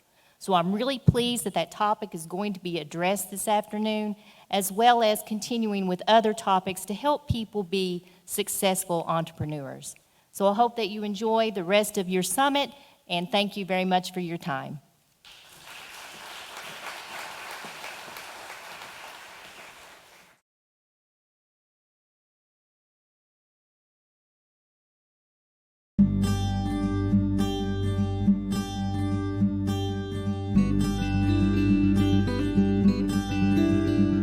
We started this adventure back in 2021 in January, right in the middle of a pandemic, right in the middle of a poor economic environment in our community. The whole reason that we got started with this thing is there was this little grocery store right near where we lived at. It had been a staple in the community for generations, and that had to close down, unfortunately. And so we just saw it as an opportunity. You know, we had been working from home for several months at that point because of the pandemic, and I think the pandemic, if it taught us anything, it's had people looking for a simpler time, looking for things that brought them back to happy memories or good times in their life. And this little store had just been a fixture in our childhood. It was the place that everyone would go to get ice cream when they were out riding their bicycles, or get something cold to drink, or go get a sandwich. And so we just hated to see that go away. And so we talked and we decided, hey, let's give it a shot. And so that's what led us to the idea of trying to open the general store. I think that's what's cool about our model too, is it's not cookie cutter. So we can go with what the needs are. So if we have folks come and they want something a step above what can be found at other places, we can provide that. As far as with the property, we've had folks approach us, so we've not had to go out and look for opportunities and business partners. In essence, they came to us because of what we're doing here in the community. If you would have told me that this little store would do what it's doing, not only looking at it successfully from a business operation, but what it's doing for this community and for this county, I would have laughed in your face. I never in a million years dreamed that this little store would bring in the folks that it's brought in. We knew we didn't want to operate exactly how the previous owner had operated. We wanted to have those basic needs, the bread and the milk, the soft drinks. We wanted to have ice cream, and we wanted to continue to have the sandwiches and the deli meat. We wanted to be able to provide those essential items to the community, but at the same time, we knew that we didn't want to operate solely as that. We wanted to really take on a new look, a new brand, and that's why we went with the name The General Store. And that was what we wanted to kind of go with, the old idea of the general store that was a one-stop shop for everybody. But at the same time, we knew tourism was really growing in our community. We work heavily with Backroads of Appalachia, and we are really good friends with those folks, and so we knew what they were trying to do, and we felt like that we could play a key part in that. So when we decided to develop our business, we wanted to do so in a way that would become almost a tourist destination for those groups coming into the area. And we decided, in addition to offering all those basic things, we wanted to really focus on Kentucky. We wanted to focus on what made us unique in Appalachia. And so what we did is we really, we sought to become a Kentucky Proud business. And we did that relatively quickly because of the vast number of Kentucky Proud items that we have in stock. And so we really try to focus on things that are made, produced, or created right here in Kentucky, in particular in Appalachia. So at this point, we have been running strictly off of Facebook when it comes to an online presence. And that has worked great. You know, my background is in marketing communications. I have a master's degree from Morehead State University in that. And so I know the role that social media plays. You know, because of our website, folks are seeing us from everywhere. We have shipped things all the way from California to Florida to up north. We have tried to, you know, folks have messaged us and say, hey, can you send me that book, or can you send me that t-shirt? And we always try to make that happen. But you know, we're very thankful for our partnership with SOAR and what they have been able to do for us as far as help us to build an online presence with a website. It's going to be launching really soon. So we're very excited about that, and that's going to really give us the opportunity for e-commerce. And we're hoping to bring on some additional staff who that's going to be their role, is to be able to kind of manage that, package those things, ship those things, so we can even build a greater online presence. Just Kentucky in general has so many resources for folks wanting to open small businesses. Call SOAR, call the Small Business Development Office, because there are resources out there that can help you get started. They can help answer questions. They can help, you know, walk through your business model and your plan and talk those things through. They can provide website development, as you know, they're working with us now on. But there's so many opportunities out there in Kentucky to open a small business. You know, I always, kind of my little motto has always been, and you'll see me post this on social media at different times, but you know, there's so much going on in Kentucky. We have the views, the mountains, the beauty that we have here is second to none. And so tourism is really starting to pick up in Kentucky, especially in Appalachia and Eastern Kentucky. And you know, the fact of the matter is, you can join the movement or you can hinder the progress. And so I would encourage those folks to definitely find your resources and to not alienate yourself and think you're going to be the biggest, the best that there is, because it takes, you know, you always heard it takes a village to raise a child. Well, it takes a community to build a small business.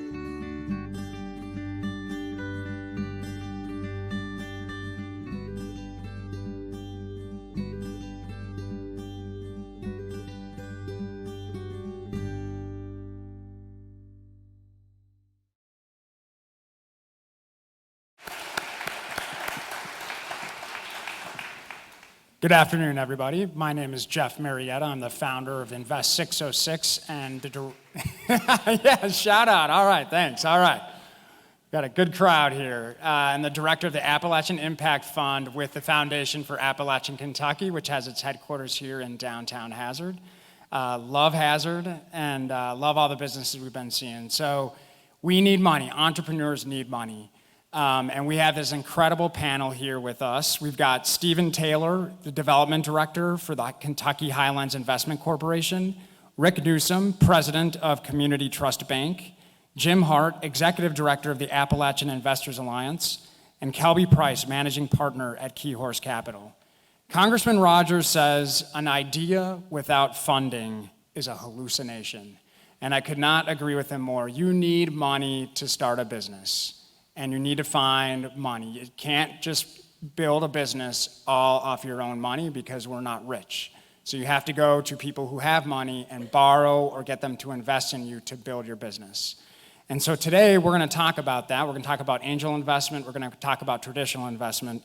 But we're going to kick it off with Jim Hart and Kelby Price, who are our angel experts here. And can you talk about the current state of venture capital and angel investment in distressed regions like the Eastern Kentucky? What are the barriers? What are the opportunities? Sure, I'll start that out. I think when you look at the ecosystem in Eastern Kentucky in particular, there are resources here that entrepreneurs can tap. They're not at the scale that I think they would need to be to have true impact, the kind of impact that we want to have when we all get together at these types of events. But there is still capital there, and it's seed capital, and it's the kind of capital that at least can get a fire started in areas in Eastern Kentucky. So if you look at AIA as an example, we have a fund that exists in Ashland, Kentucky that has been there since roughly 2017. We have a new fund that we hope to break escrow on right in Richmond, Kentucky, called the Pioneer Fund. And then with Jeff and Colby's help, we're hoping to put yet another fund together in southeastern Kentucky so that we have people on the ground, investors on the ground in all of these areas in eastern Kentucky that can work the ground game, which is incredibly critical. If you're an investor in eastern Kentucky, you need insight into the deals that are happening right around you. And when you put local people together into organized groups, you can all of a sudden get that kind of insight. And I think that's critical. It's been a barrier in the past, but if you want to talk about opportunities, I think it's a real opportunity in the future. By having more seed capital in critical places throughout the region, we can again start to light that fire and build that broader ecosystem that we all want. Venture capital? Tell us about your role with the state. I'm just playing it back to you. This is your show. We're here as your guests. All right. Kelby. Yeah, hit me, Jeff. I don't think you're on. You guys, I don't need a microphone. So, Kelby, tell us about you have this role with the state in an investment fund, and it's your responsibility to find investable deals and actually invest some of this capital. So, do you see deals in Eastern Kentucky? What kind of deals do you see, and what do you need to see to make it a good deal? We do see deals. It is harder. It's a numbers game. There are less numbers here. There's less dollars, there's less customers, there's fewer number of people who are going to start a business. There's just a smaller population in general. There's no offense there. And in fact, if we studied it, you might hit above your weight. I don't know, but there's just less. And so the challenge put to us is to invest statewide. We've made investments in Eastern Kentucky, Western Kentucky, and Southern Kentucky, but numbers game, the majority of what we've done over the years is in the more metropolitan regions, so we have some. We've been doing this since 2002. I think the organization KSTC was started. You okay? Very good. We started in 1987, and we do a kind of sliver of economic development work. We do it in innovation-focused science and tech economic development. There's a lot to be done, but that's our area that we're charged with by statute from the state, who are amazing partners. We work through the Cabinet for Economic Development, the KY Innovation. They also fund SOAR, so they take a diverse view of how to do this work. You're supposed to tap. No, but I want to ask you. So how big of a deal does it have to be? I mean, why can't you just do small deals? We can do small deals. Small for us is $25,000 up to maybe $50,000. A typical deal, which might be larger, could come in a first check of $100,000 to $200,000. We're able to follow on up to $500,000 in a company that's making that progress and really has something to work on to put that money into. But yes, we can do that. And just one last question, follow up. What you said you do investments in Eastern Kentucky. Mm-hmm. What do those look like? What kind of companies? And the third part of what you said in the very beginning, what would you need? One thing that strikes me, so if the numbers are stacked against you, right, then cheat. And I would love to see people cheat. Be specific. I'm not sure we want specificity on that. Sorry, can of worms. Okay. Sorry, Jeff. Yeah, right. Oh boy. If think in terms of external validation, you're new in an idea or an innovation, and someone else is willing to. They see something. They trust enough to give you an at-bat to try your thing out. Maybe they're not a paying customer, but they're going to, give you a shot. They're willing to try this new thing that you come up with. That's a huge advantage for us, right? The market, or at least a potential future market, is saying, I'm going to give that a shot. And it doesn't matter what it is, particularly when the things we're charged with, new, high-risk, hopefully high-reward type of investments. We don't invest in a whole lot of Main Street businesses or businesses where the business model is proven. So what's particularly compelling is when we've got multiple sources pointing and saying, well, I've tried this, or this organization has tested this thing. And we have the relationships to do that. I'll give you an example. This is a school. You sell a product that could be used by a school, or you have an invention or idea that could be used by a school. It's hard to get into a school in Louisville, Kentucky. It's hard to get into a school in Chicago, Illinois. It's hard to get into a school here. But if you're going to cheat, like, how could we help that innovator test their thing in a school? Here's a school. High school down the street. Yep. Hospital. Right? We got all kinds of things. Great. All right. Thank you for kicking that off. Can I remind you? Tap when you want us to I will shut tap up. when you guys go on too long. We're going to pick on the more traditional bankers and CDFIs now. I was always told as an entrepreneur that a banker will give you an umbrella on a sunny day, which it's not mostly true, but Rick and Steven, for existing business owners, aspiring entrepreneurs in the room, can you talk about who's the right fit for exploring funding? Through Community Trust or through Kentucky Highlands, what kind of person are you typically working with in terms of entrepreneurs? Okay, we are a high-touch, low-volume lender primarily, which means that we don't make a whole lot of loans, but we go deep with the people who come to us, people who need a lot of technical assistance. And so we kind of hold their hands as a way to mitigate our risk. We are not regulated, so we can't take more risk than a bank. A bank, thankfully, is regulated because they are holding your deposits. And you don't want those deposits to disappear on some lousy business venture. We are more patient than a bank can be. We offer affordable, long-term financing primarily. As far as the people who we want to invest in, that there are 5 C's of credit. Well, some will say there are 4 or 6. We'll say 5. But one of those C's is character, and that is the most important thing for us. We want someone who we can look in the eye and ask, will you pay us back? And if we have the least bit of sense that they will not pay us back, we're going to ask them to move on. Because a lot of the funds that we use and we lend, they are borrowed. We are on the hook with the federal government or with the foundation to pay that money back. And oftentimes it's a short-term loan to us. So we have to be sure that we can get that money back so we can pay back our lenders. But because we are a CDFI, and I'll get into that later, we can access some grant funds, which means that we can be more patient with the capital that we make available. I'll stop there. Great. Well, thanks for the question. And traditional banking is different than obviously the venture capital and the CDFIs, and we are a heavily regulated industry. There's no doubt about that. And we are risk managers. We have to be able to manage risk and be able to understand the businesses in which we serve, the industries in which we serve, the concentrations that we manage in all different types of business industries. The thing about the traditional customer that we normally see is usually a business owner who's experienced. They've got at least 3 years or more proven business history.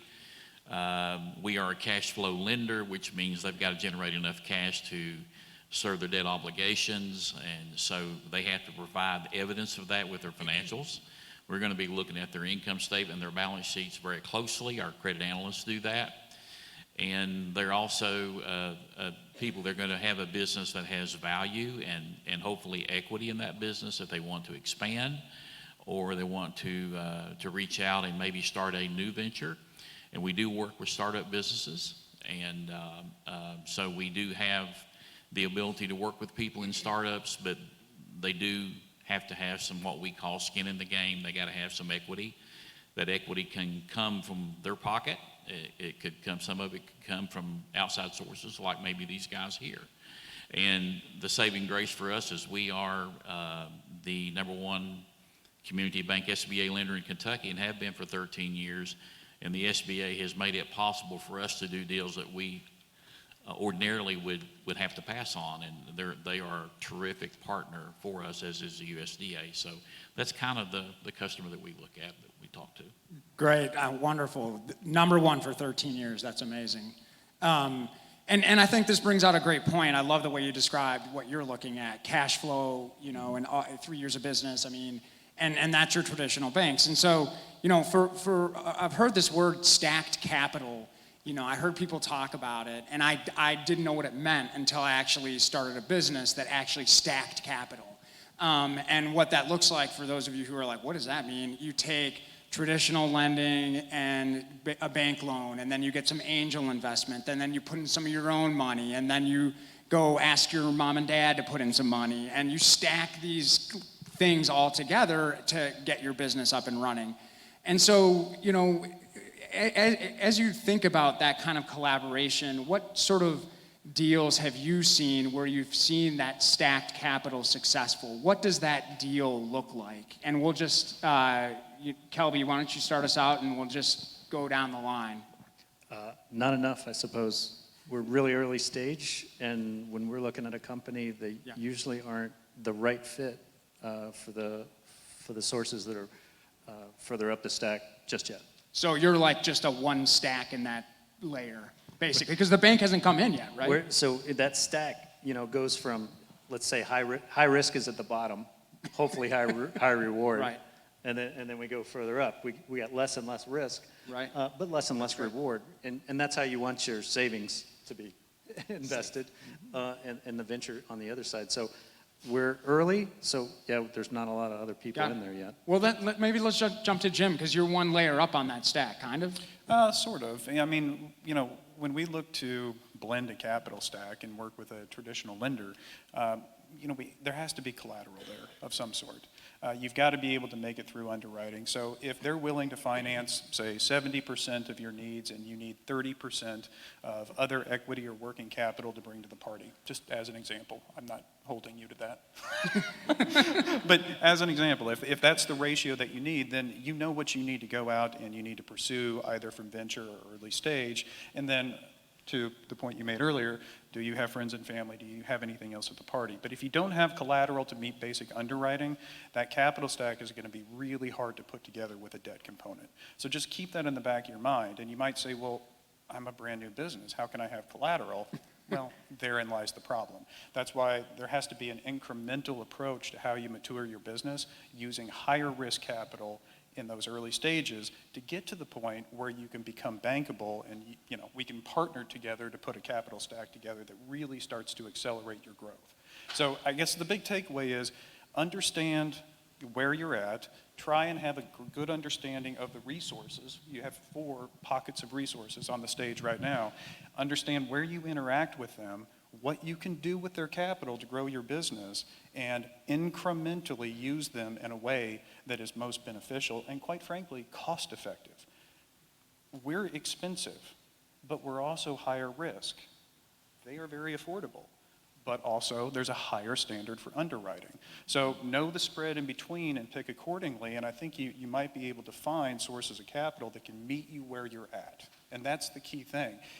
We can't do that work for you. You have to do a lot of that heavy lifting.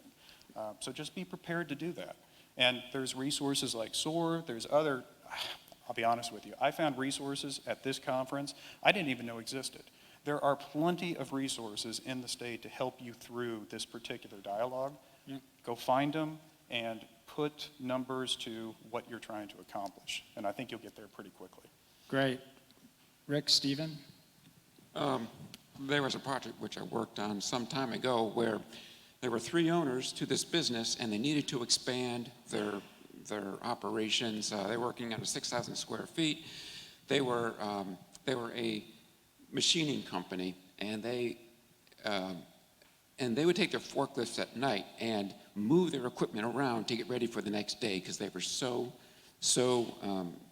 in need of space to operate. So we helped them move into a 24,000 square foot building, brand new, but they didn't have much equity. So as a CDFI, as a nonprofit, we were able to apply for a grant, use that grant, turn it into equity for a short period of time, for 3 years, where we built the building for them.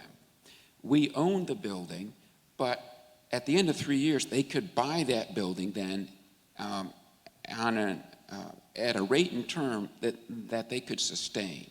And so we provided that equity to get them off the ground to hit a run rate where they could be profitable, expand. They went from like 12 employees to 40, and they were just going gangbusters.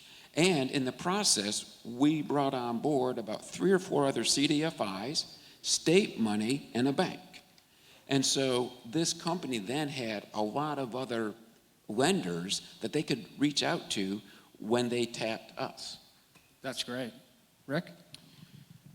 You know, the thing that we can do in traditional bank setting, and maybe it's not exactly a capital stack, but we can sometimes lessen the equity investment requirement for the borrowers. And again, I'll go back to SBA. You know, in a traditional loan with no credit enhancement, we're going to need probably 20%, equity in some form. And if I'm looking at a $500,000 deal, then I'm going to be looking for $100,000 worth of equity. And a lot of the borrowers that would come and you meet with them are not going to have that. But if I can put them in a position to where I could lessen that requirement to 5% with the help of the SBA and maybe a contribution of 5% from another source like these guys, or maybe a family investor, or just a non-owner investor that's a party that doesn't want to own and operate the business. And then I can have a 75% guarantee on that. Then that $100,000 requirement becomes a $25,000 requirement. And that's a big difference in the equity investment that can be brought to the table by the borrower. And obviously, if you want to be in business as a small business owner, and I admire entrepreneurs, I love the concept of the small business owner. It takes a tremendous amount of courage, but it does take some effort to at least come up with some capital, some cash, and it doesn't have to be the whole world, because there are other sources that we can bring to the table to help them minimize their cash injection. Great. And, that's a great point. I've never opened a business where I haven't had to provide and gotten financing where I haven't had to provide a personal guarantee. Yep. And so, for those people, and I'm going to make a terrible joke here, but I tell my wife that we're never going to get divorced because we're so much in debt and it's both ours and we're both personally guaranteed on it. And because, at every closing, she has to be there too. And I just closed a line of credit yesterday, and I'm like, hey, Sky, sorry, you got to come to this with me, and you got to sign this piece of paper, and yep, we still have to be married for a long time. But what about people that don't have, that capital? What are some ways for people who maybe don't have the assets that they need to get that personal guarantee, to get up and running? What can we do for, the people who are unbankable or maybe just don't have a lot of family wealth? How can we help those people? And Jim, you want to kick it off? A couple of ways. There are we talked about it a moment ago. Grant programs, there's other subsidy programs out there that you can tap, especially as it relates to research and development and things of those nature. So we call that non-dilutive funding because it's not actually impacting the ownership of your company and it doesn't sit as debt on your books. Okay, so looking for those types of sources, those numbers can range, pretty dramatically. I mean, it could be a $5,000 grant opportunity, or you can get an SBIR for, $500,000 if you're doing something research and orientation. So you want to look for those types of pockets of cash. The other pocket, of course, is to come to, groups like Kelby and I's, which, we are the risk capital. I will tell you, though, there is, in my opinion, you'll disagree with this, I'm sure, but just as much preparation when you come to risk capital as there is when you go to a bank. Because at the end of the day, we both want to know the same things. And I'll distill it down into two basic functions. We want to know, what are you going to do with the money, and how are we going to get it back? Okay? Now, hold on. There's a caveat. I don't want to know how you're going to spend the money. I've never met an entrepreneur in my life that had a problem spending money. That's not my issue. The issue is you need to define what you're going to spend the money on that gets your business to its next plateau. Now, you get to define that plateau, but you need to be able to describe it. Okay? Part one. Part two, how do we get the capital back out?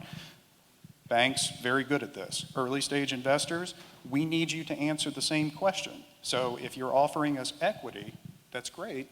How do we get that cash and that equity capital back out at some fixed point in time? So just be prepared to answer these questions for any source of capital that's on this stage. And if you can answer those two things, you've gone a long way to being able to communicate with potential investment dollars. Rick or Stephen, can you give the traditional side of things, more traditional banking side? Well, Kentucky Highlands and several other groups in this audience, Mountain Association, SCED, and other CDFIs that work the region, and they do a great job, and we partner with them. And also now Park Community Credit Union, probably. I see David out there. We make microloans from $500 up to $50,000. We do want you to personally guarantee that, but you don't have to be a millionaire to get one of these either. And you don't have, now, if you're buying something tangible, then that item becomes the collateral for that loan. If it's not something tangible, then again, it all comes back to character. Can we look you in the eye and ask you, are you going to pay us back? And if you can't say, oh, she will pay us back. Okay, then you need to come see us. All right, right. But if we don't have a good sense that you will pay us back, you just better move on. I mean, it all comes down to not just performance, because we've seen some business owners perform really well, but they just don't want to do what they said that they were going to do on the ethical side. So that's important. Great. Well, we only have a few minutes left. One sentence piece of advice on the future entrepreneurs or entrepreneurs out there who are trying to get their idea or their business off the ground. Calvin, you want to kick it off? Boy, this is unstructured.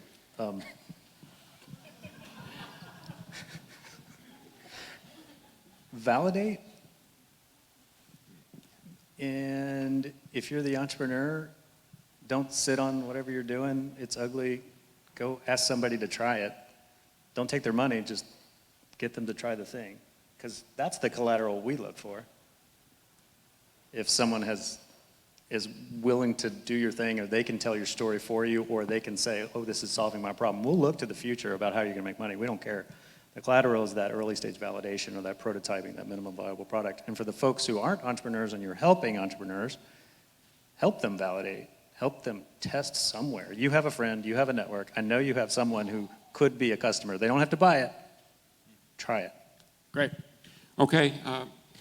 Similarly, we want to know that you have identified a market and that you've tested that to some level. Show us that you have the first sale. See, we are a little bit more risk averse than Kelby. Yeah. show us that you have sold something to somebody. That's not your mom, your dad, your brother or sister.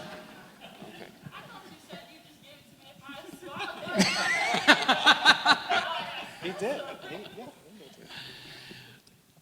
My advice to entrepreneurs, first of all, is have a plan, be prepared, keep good financial records.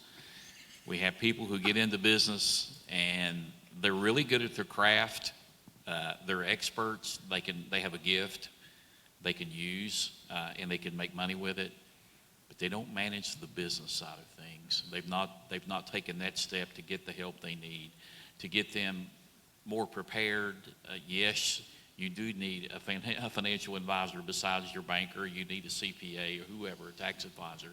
But please, please keep good records and show us more than just saying you can do something, and show us more than your sales. Show us that you've been able to do something that has created revenue and a profit. It's important that you plan and prepare. Yay, I get to go last, huh? Thanks. Actually, I'll take everything they just said and put it into just kind of one bucket. And that is, don't waste your first interaction with capital. Everything they said is prepare, keep records, be detailed, be able to articulate your business in a meaningful way. Don't stand in front of investors until you're absolutely prepared. And when I say investors, I mean banks, I mean angels.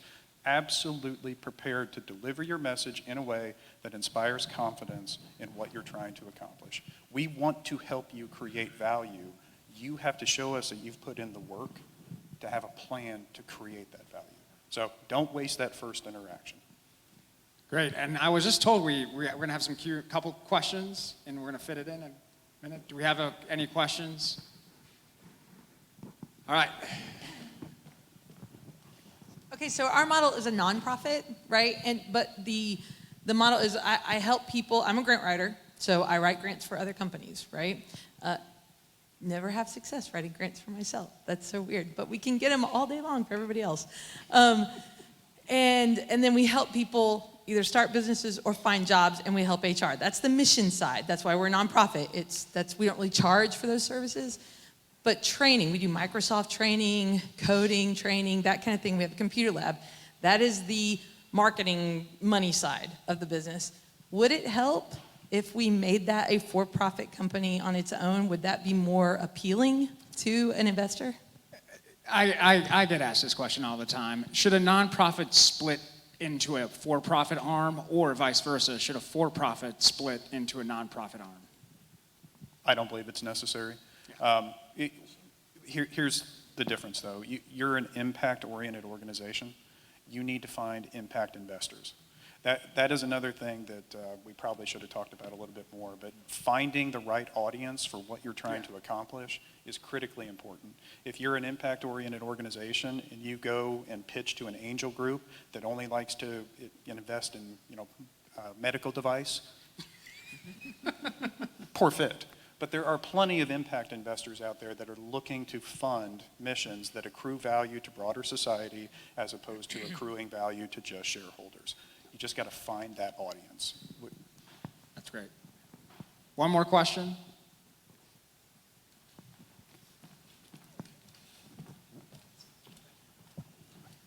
So first, I just wanted to say thank you all for taking the time to be up here and speak with us. We've really been able to learn a lot from you all, and again, thank you. So my question is, in addition to character and factors such as cash flow, when you all are analyzing businesses' financials or prospective businesses' financials, what other factors do you guys look for, and why do you look for those factors? Oh, can I give my favorite one?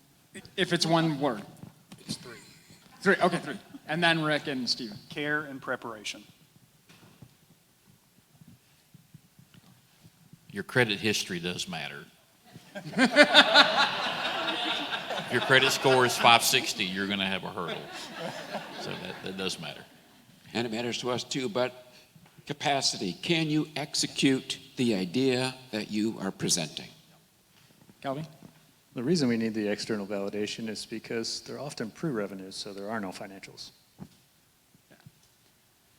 Great. All right. Well, I want to thank SOAR and Colby and Josh for putting together this great panel. Let's give our panelists a round of applause.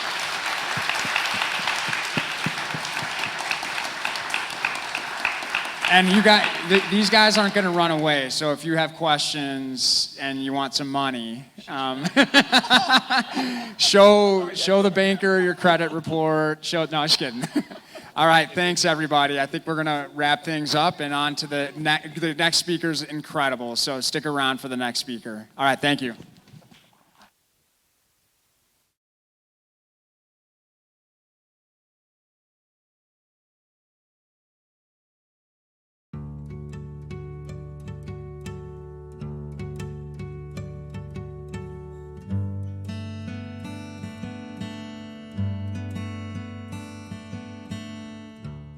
New Frontier started about 5 years ago. We started off really small. We were selling hats out of the back of our Jeeps, hustling around Morehead State, their campus, and then we built an online store, and from there we grew very slow, into the brand that we are today. But New Frontier started out, out of a garage, out of a Jeep, hustling, on a very small scale. So we built it brick by brick, online store to getting onto Amazon now and being sold across the U.S. So those early days were very key and important to the growth we've seen today.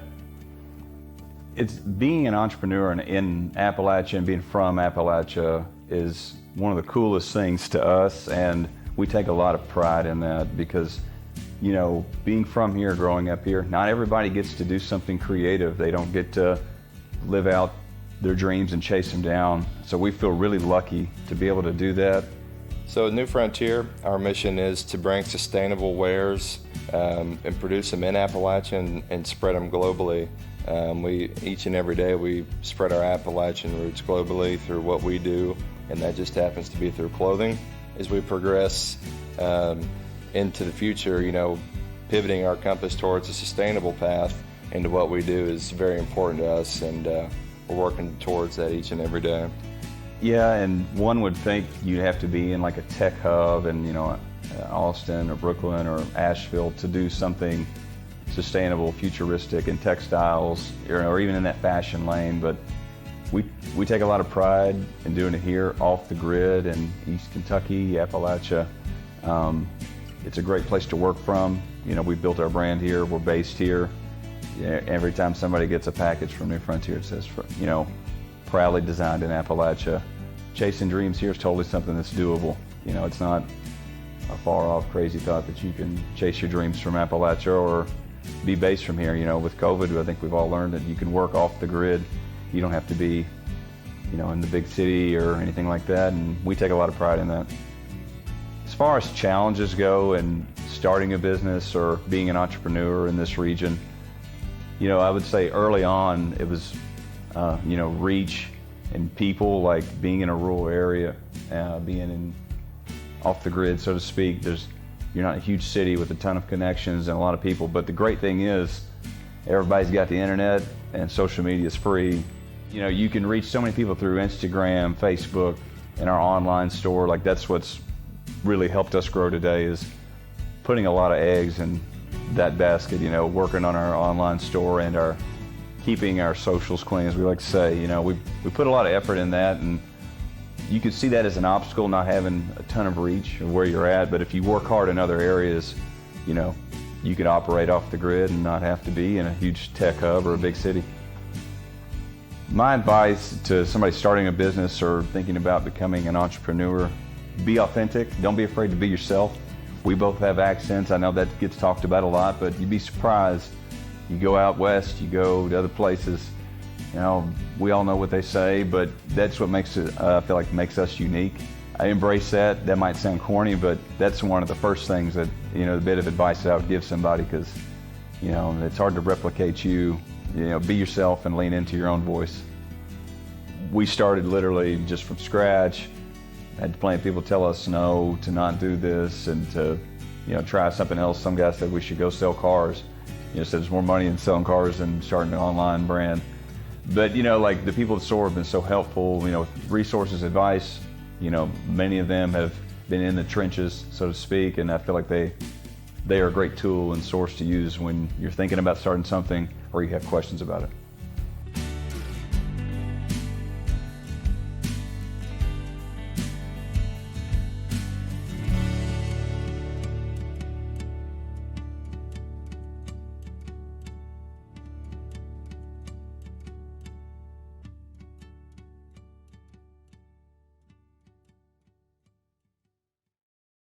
Addiction Recovery Care founder, president, and CEO, Tim Robinson.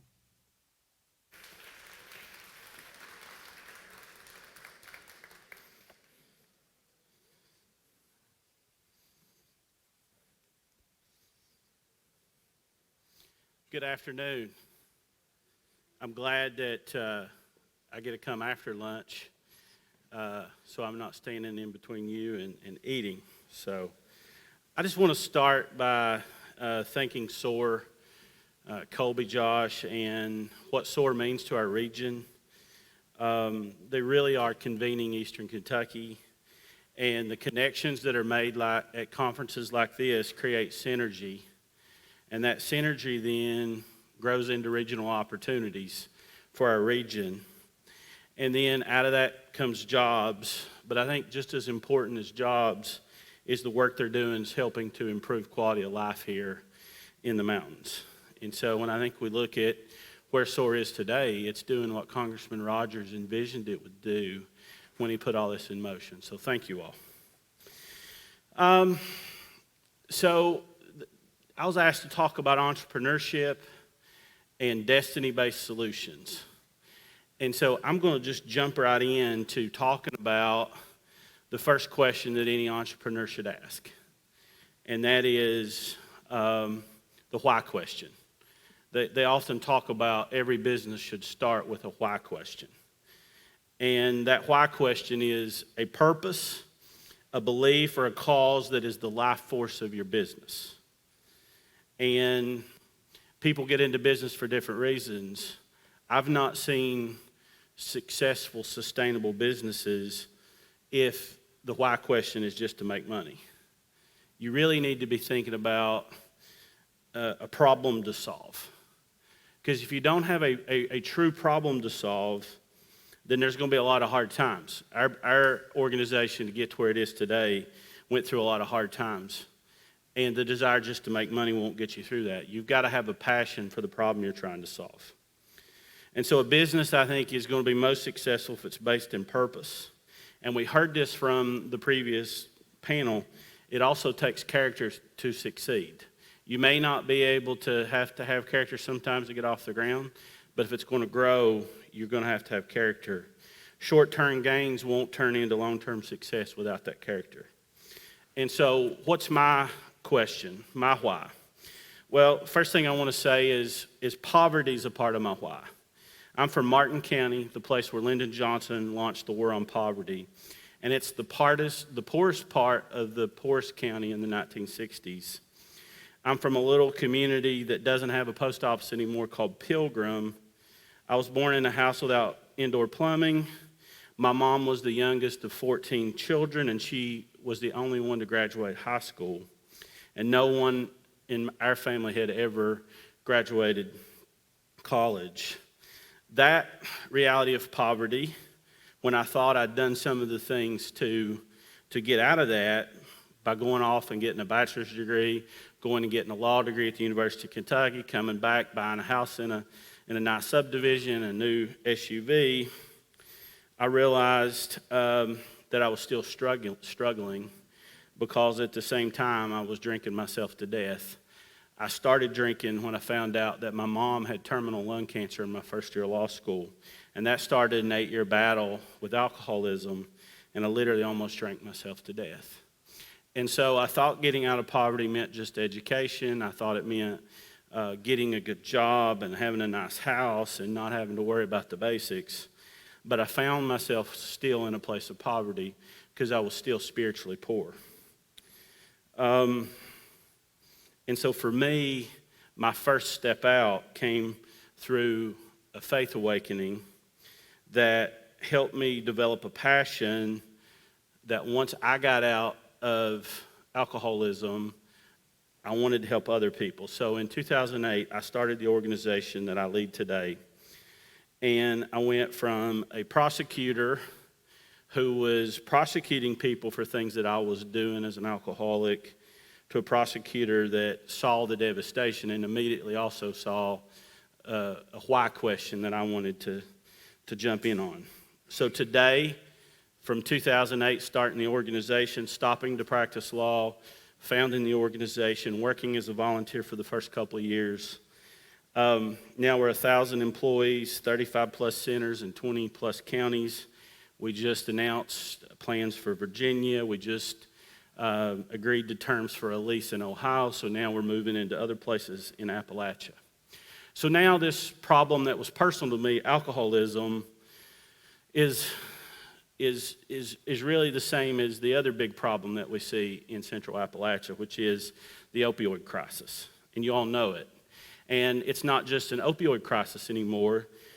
It's opioid plus now meth. 5 or 6 years ago, only 5% of our drug problem in Eastern Kentucky was meth. Today, it's 35%. And so let me just say we have an addiction crisis. In 2021, 100,000 people, for the first time ever in our country, died from overdose. 2,250 of our neighbors in Kentucky died from overdoses in 2021. If we look back at 1999, it was less than 20,000 people. So in a relatively short amount of time, we've had a 5-fold increase in overdose deaths. It's not only showing up in overdoses, it's showing up in suicide. The group that really bothers me a lot when I think about it is from 2006 to 2018. Kids from the age of 10 to 14, suicide has doubled. Some reports are coming out that from 20 to into 22, we're going to see another doubling. What took a decade to double is now going to double in about 3 years. And overdoses are increasing among our kids. From age 10 to 14, and just from 19 to 20, overdoses from that age category, I'm talking about 10-year-old kids, doubled. So now our kids are dying. Central Appalachia, the last census says that around 60% of elementary age kids are being raised by someone other than either biological parent. Kids in foster care is increasing exponentially. Our state can't even hire enough social workers to deal with this problem, and it's not new. It's been happening for 10 years. In 2023 was the 20th year anniversary of a Bill Eastep article about Eastern Kentucky that called us the pain pill capital of the world. So let me tell you now, next year that'll be 20 years. We're now looking at 4 generations of people that are impacted by this opioid crisis.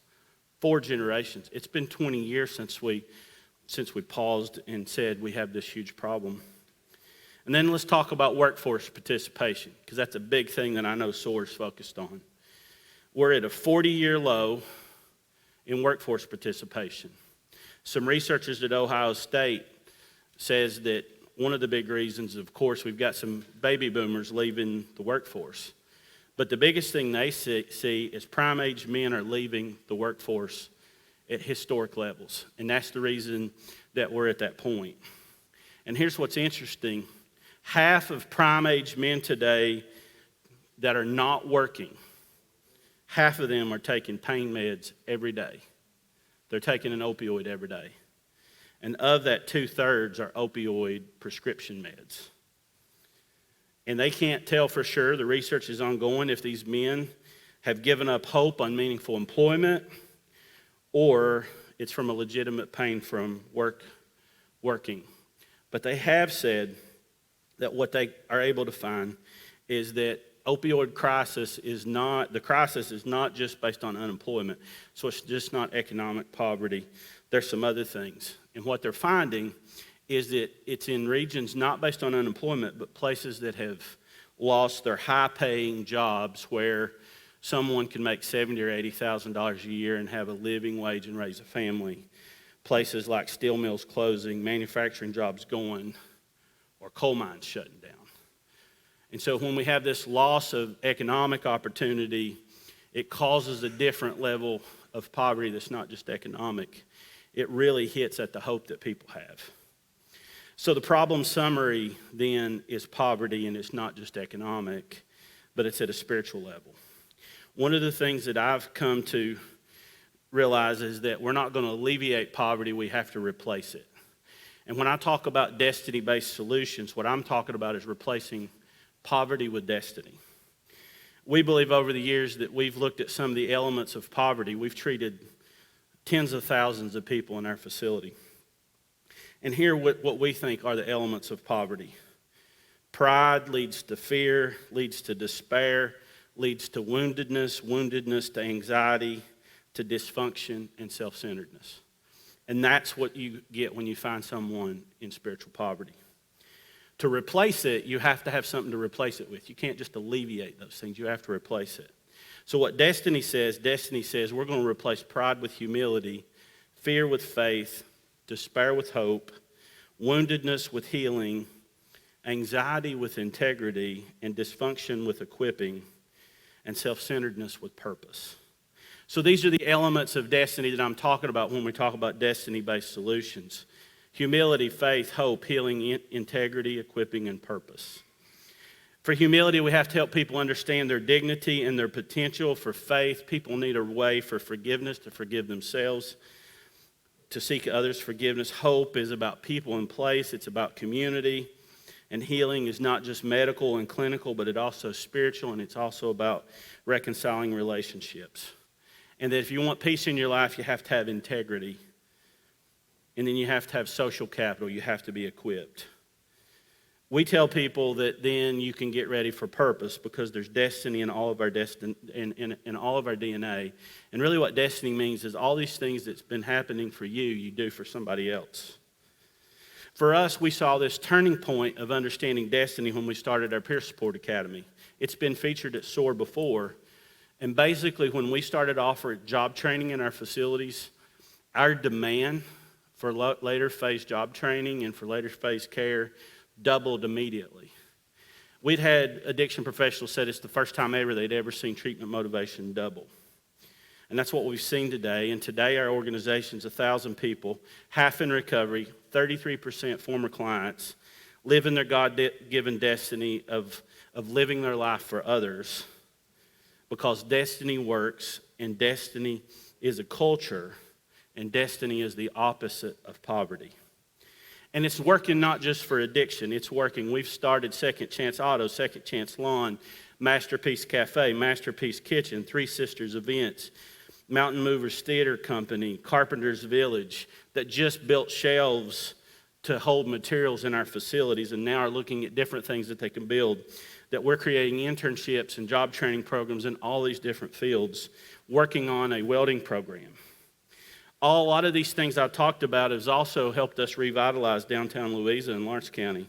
And here's the impact.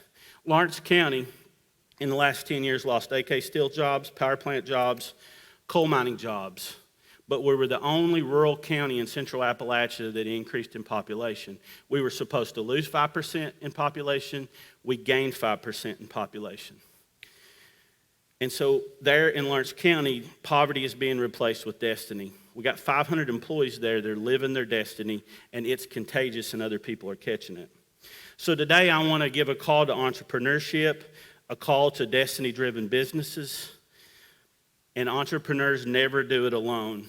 For me, I didn't do it alone. I didn't build the organization we did alone. It started with social capital. It started with people mentoring me and giving to me. It started with a grandfather who ran a country store who taught me the basics of business. It started with Mike Duncan, who gave me social capital through an internship program and opportunities.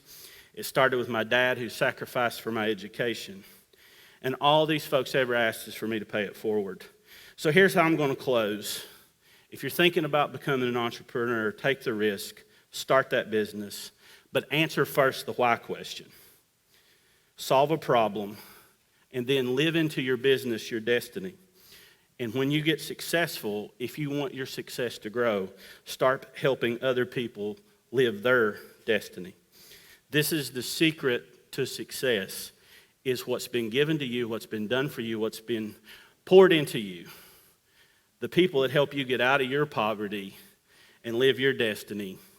If you want your wealth, if you want your success to be good for you, to build your character, to help you truly live a life of abundance, then live your destiny and help other people do that. We're doing that at ARC, and that's why we're having so much success. Thank you all.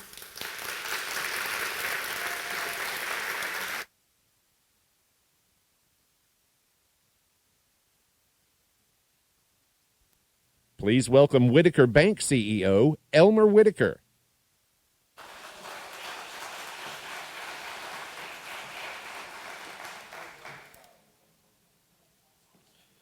All right, good afternoon. So I'm originally from Avalon, Kentucky, which is here in Perry County, just before you go into Leslie County. And it's a community because we had a post office, basically. But I love it and loved everything about living there as a child. So it's been a homecoming for me, so I want to thank SOAR for having this summit in Hazard. I've had the opportunity to reconnect with some folks that I hadn't seen in a while, including some family. But today I'm going to talk about the role that entrepreneurship and innovation plays in the revitalization of Eastern Kentucky. The short answer to that is that it plays a huge role. Entrepreneurs are visionaries. Entrepreneurs create jobs. Entrepreneurs take risk when they start their business. By doing these things, they create opportunities, they diversify our economies, and they actually lay the groundwork of the fabric that our communities are known for. So it's very important. I've loved seeing the development in Hazard of a lot of small businesses on Main Street. We're back to the Main Street America, which is so critical. As a community banker, I love seeing that. By the numbers, the SBA tells us that 2/3 of all jobs in the United States are created by small businesses. We also know that they move 43.8% of our GDP. So small businesses are critical to our overall economy. So that's why it plays such a big role. They also are the biggest innovators because they find ways to do more with less. You heard on the panel discussion that in our communities in East Kentucky, we often have less. We have less people, so we have less workers overall. We often have less money to work with because we're smaller communities, smaller tax bases. We don't have as much to help from our public sector. But it's still important to do private-public partnerships when possible. They often create technology. Small businesses create a lot of technology or find new ways to use old technology. That's something I've done in my business very often, is take old technology and reinvent it to something new. The most successful entrepreneurs are great leaders, and many of those run businesses with less than 5 employees, but those businesses with less than 5 employees file the most patents, the majority of the patents that are filed in the U.S. each year. So they're innovative, again. But nothing ever great happened in the world without great leadership. So I want to speak to that a little bit. I'm going to share some of my experiences in life with you. And I'm going to wrap up today with 7 key things that I've used throughout my career that hopefully will help someone in the audience as you go forward in your future endeavors. So as the president and CEO of Whitaker Bank, my job has been to strategically manage the growth of our company. We're a family-owned bank that started with $59 million in assets. We today have grown to over $2 billion in total assets. We've gone from 5 locations to 45 locations. 30 of those are in the Appalachian region, which I'm very proud of the fact that 2/3 of our business is serving the Appalachian region. Throughout the years, when I was looking at the growth of our company, one thing that we had to really focus on was the brand. We started out by acquiring banks and having individual brands out there, a State National, First National. Not all People's Banks are People's Bank. There's multiple People's Banks, and a lot of people would say, "Oh, I saw your bank." No, that's a different People's Bank. So I really needed to create the brand so that people knew who we were and what we did. So I started out by working in the evenings. I would do my day job at the bank and then go home in the evenings and work on a Mac computer and taught myself to be a graphic artist and created a brand. So that's how we ended up with what you know today as Whitaker Bank. And I got really lucky. My first big investment in marketing was the Whitaker Bank shot. So I developed our brand through something that really resonated throughout the state of Kentucky. But again, my key to that is sticking to what you know. I mean, I know that I don't know a lot about how business operates outside of the borders of Kentucky, to be honest. That's why our slogan is Uniquely Kentucky. I've lived in 5 Kentucky communities, 5 Kentucky counties, so I understand Kentucky, and I know what I know, but I also know what I don't know. So try to stick to what you know if you want to be successful. I have ownership in over 10 tightly held businesses. So people do know me for the bank, but I want to point out that there are other ventures and things because it speaks to the 7 points that I'm going to end with. Some of my other ventures are startup businesses that are very small. One of them is one of those businesses that only has 2 full-time employees, and my partners and I just donate our talents and resources to try to give it a chance to succeed. We created a product. We engineered it, we've manufactured it, we patented it. It's astounding because it's so simple. The product that we created is so simple, but yet no one else had done it. So we were able to obtain a patent. And what the machine does that we created is it takes contaminants out of industrial wastewater. So it's been a great product because we built it on a dual axle trailer that we enclosed, and we can pull it with a standard 250 truck, move it from site to site, cleaning up wastewater. And it puts pure vapor into the air. So it takes this contaminated water, separates the contaminants, allows us to dispose of those adequately, and all the while replacing pure vapor into the air. Or we can capture that vapor, condense it back to water, and reuse it because it's pure at that point. So that's an exciting venture that I've been involved with. Another venture that's state-related that I really am proud of is our efforts to try to get a destination resort in the Red River Gorge area, not in the Red River Gorge, to be very clear, if you watch the news. We are miles away from the gorge, and actually it'll take pressure off of the gorge if we're successful, because the property is 888 acres and will open up more area for people to explore and enjoy the nature. We want to bring a developer that will do a nature-themed resort. But in doing that, the key is we don't have a destination resort in Kentucky. So when we have our large organizations, our large companies, and they have their big company retreats and other things, that money has to go to Indiana, that money goes to North Carolina, that money goes to Tennessee, because we don't have it here in Kentucky.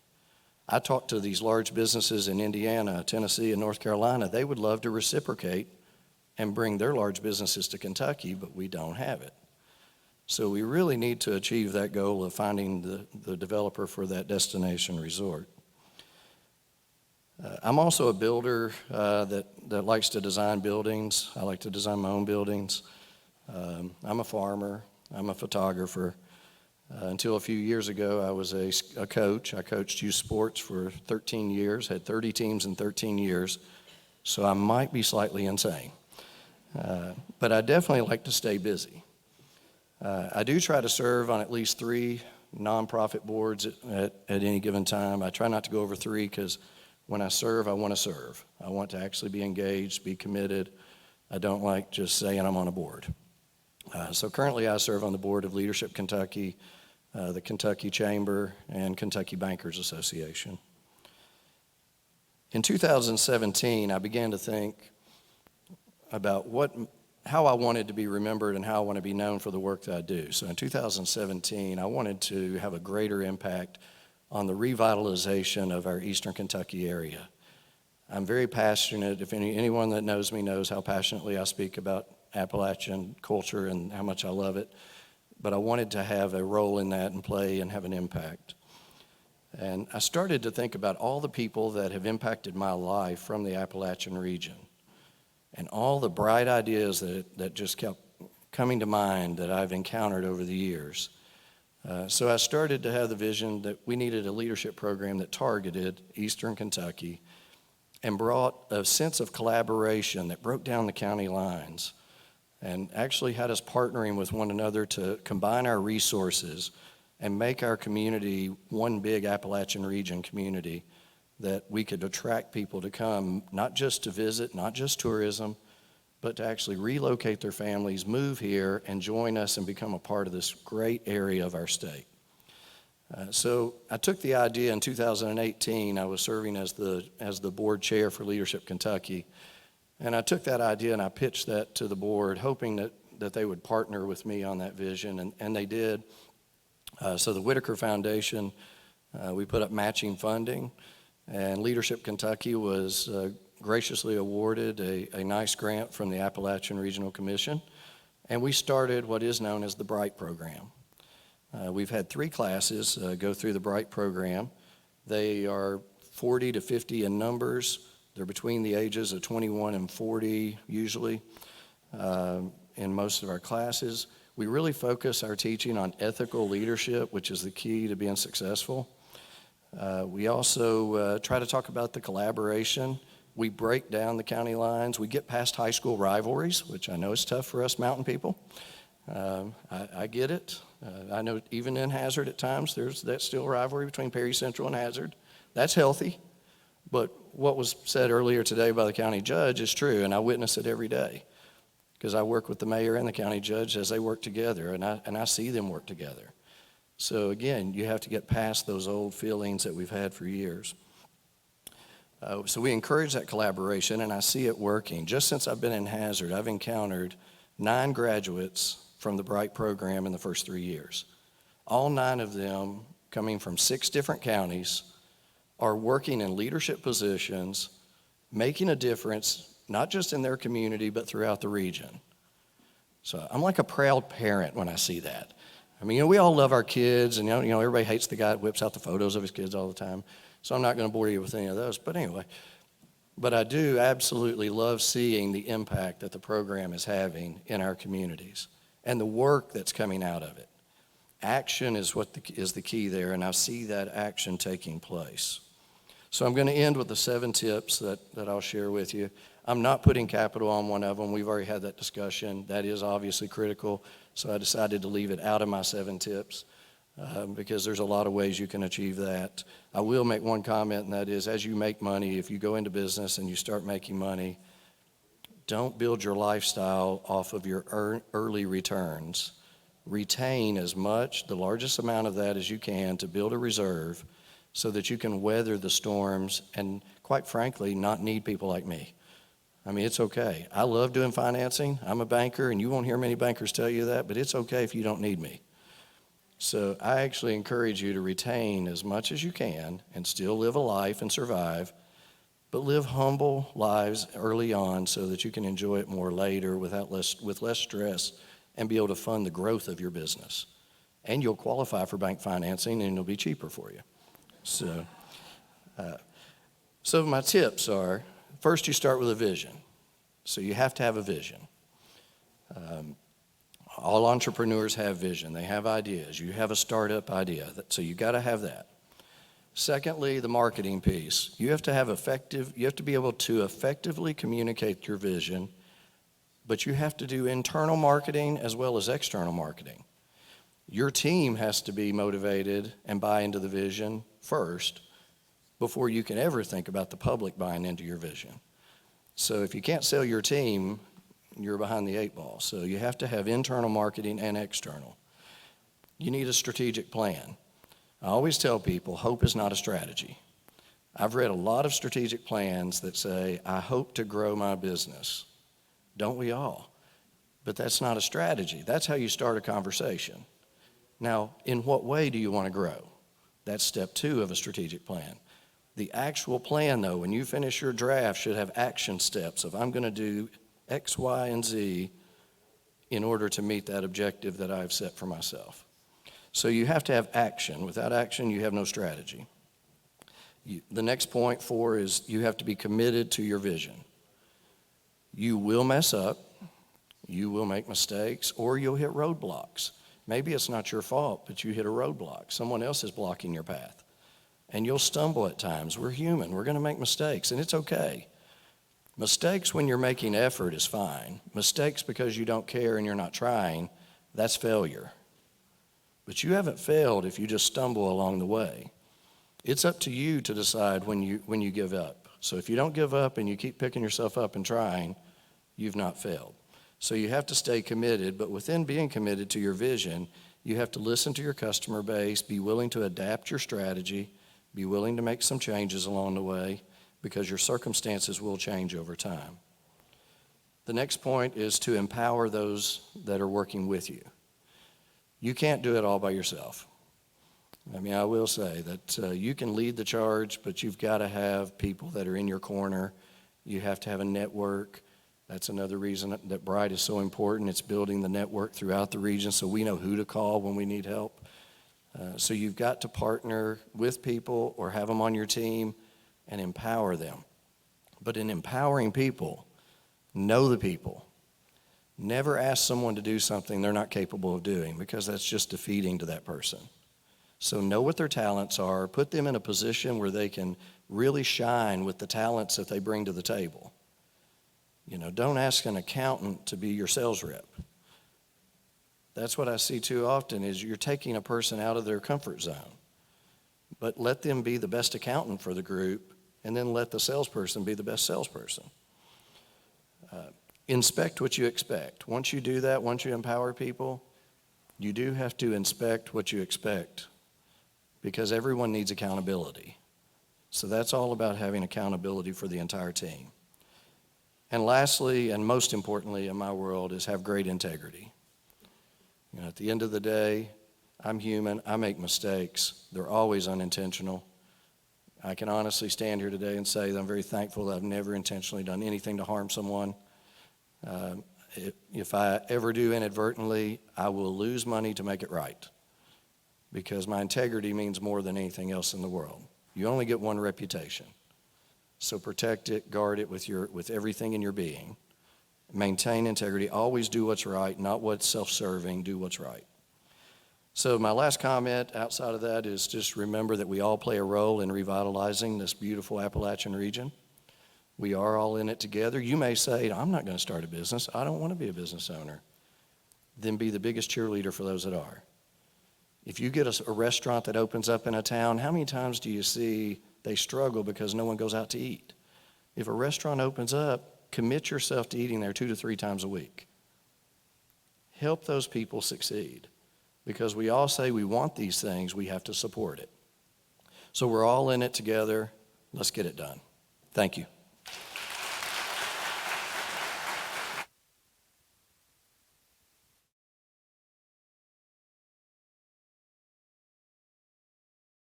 Hi, I'm Mark Halbert, creator and co-founder of Slopemaster Innovation.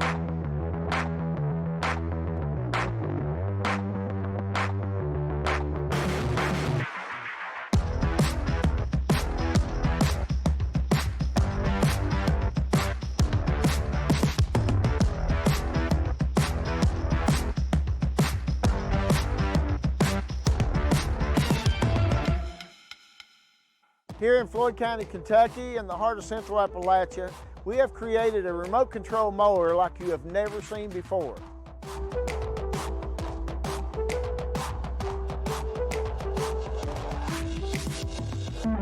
The Slopemaster was specifically designed to eliminate operating risks while mowing steep terrain. In 2019, I brought this product to SOAR, and they immediately began consulting me on how to take this business to the next level.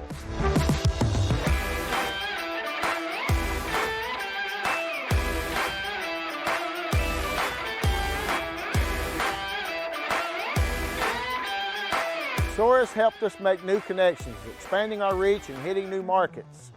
What was once a local project has now crossed state lines and continues to grow.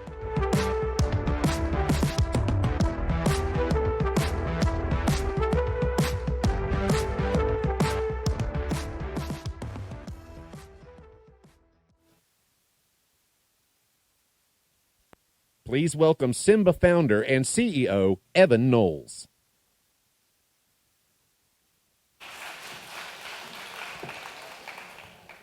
All right, hello everybody. I came in from Lexington, Kentucky. Today was a beautiful drive in.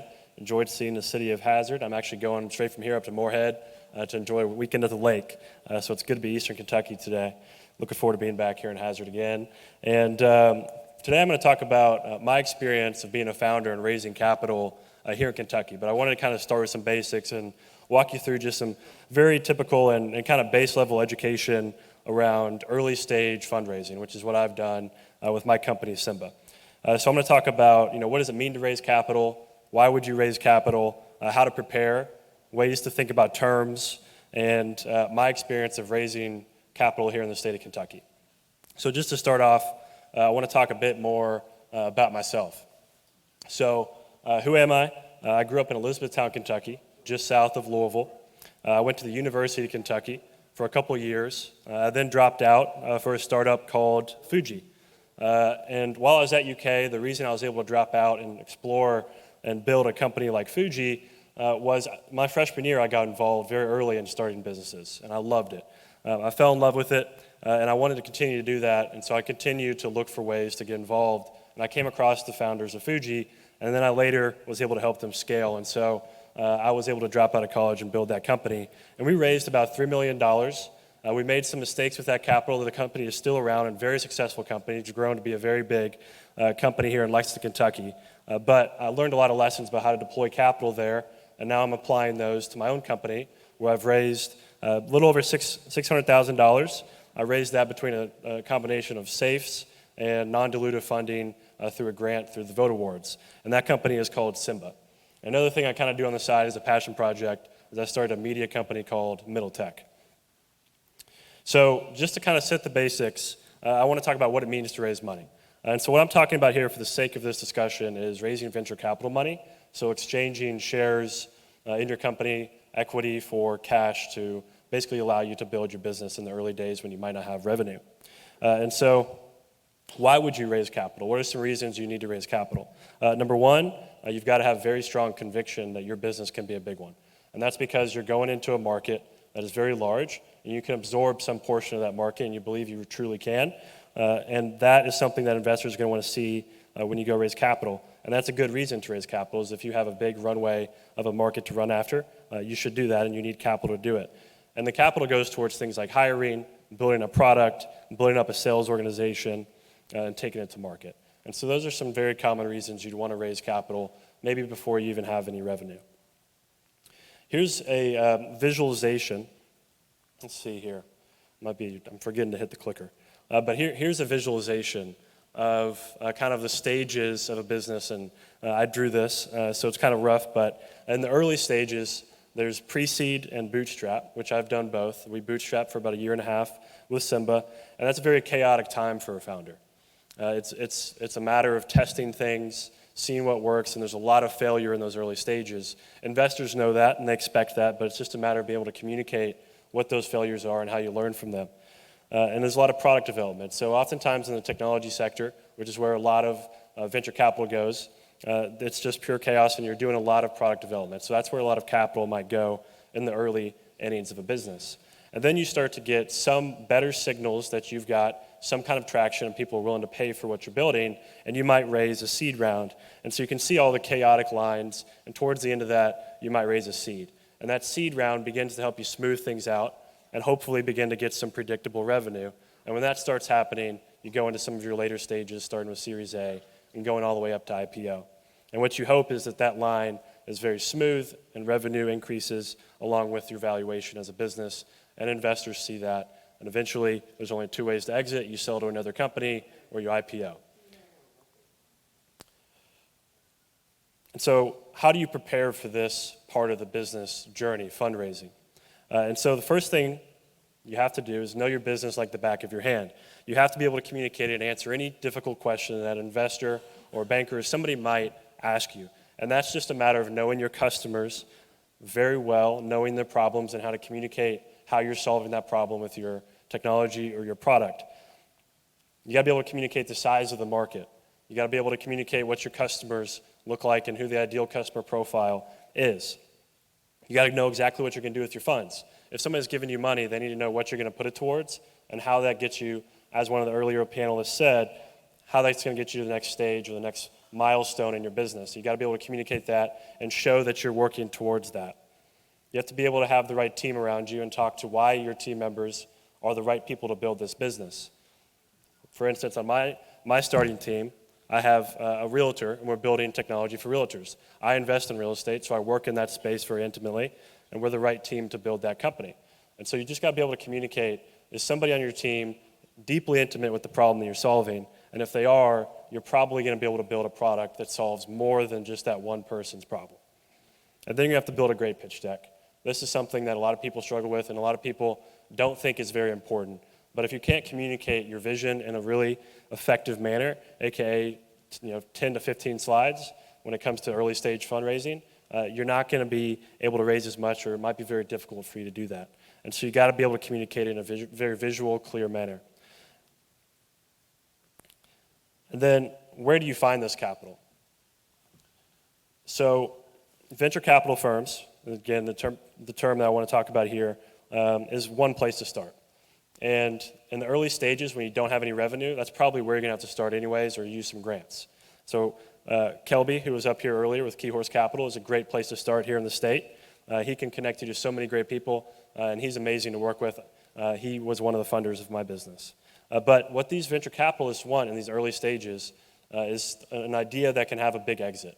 They want 10x returns. They're not looking for an interest rate or some kind of small return over a long period of time. They're looking for a very big return over a long period of time.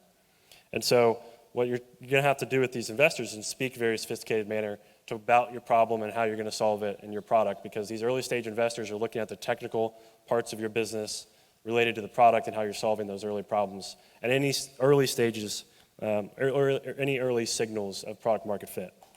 And then you have angel investors. This is in the same realm of venture capital, but these are individuals that are investing their own money in your business. These are typically wealthy individuals that have their own exit or their own successful business where they got capital from, and they want to diversify their own personal wealth. And then finally, there's accelerators that I oftentimes tell founders to start with accelerators. It's a great practice for a founder to pitch in competitions, to go through an accelerator that helps them with their go-to-market, and surround them with other entrepreneurs that can help them along their journey and give them advice as part of that very difficult journey. And they have a lot of resources around these accelerators. Awesome Inc. in Lexington is a great example of one of these pitch competitions. And they're there specifically, they're funded by the state to help founders.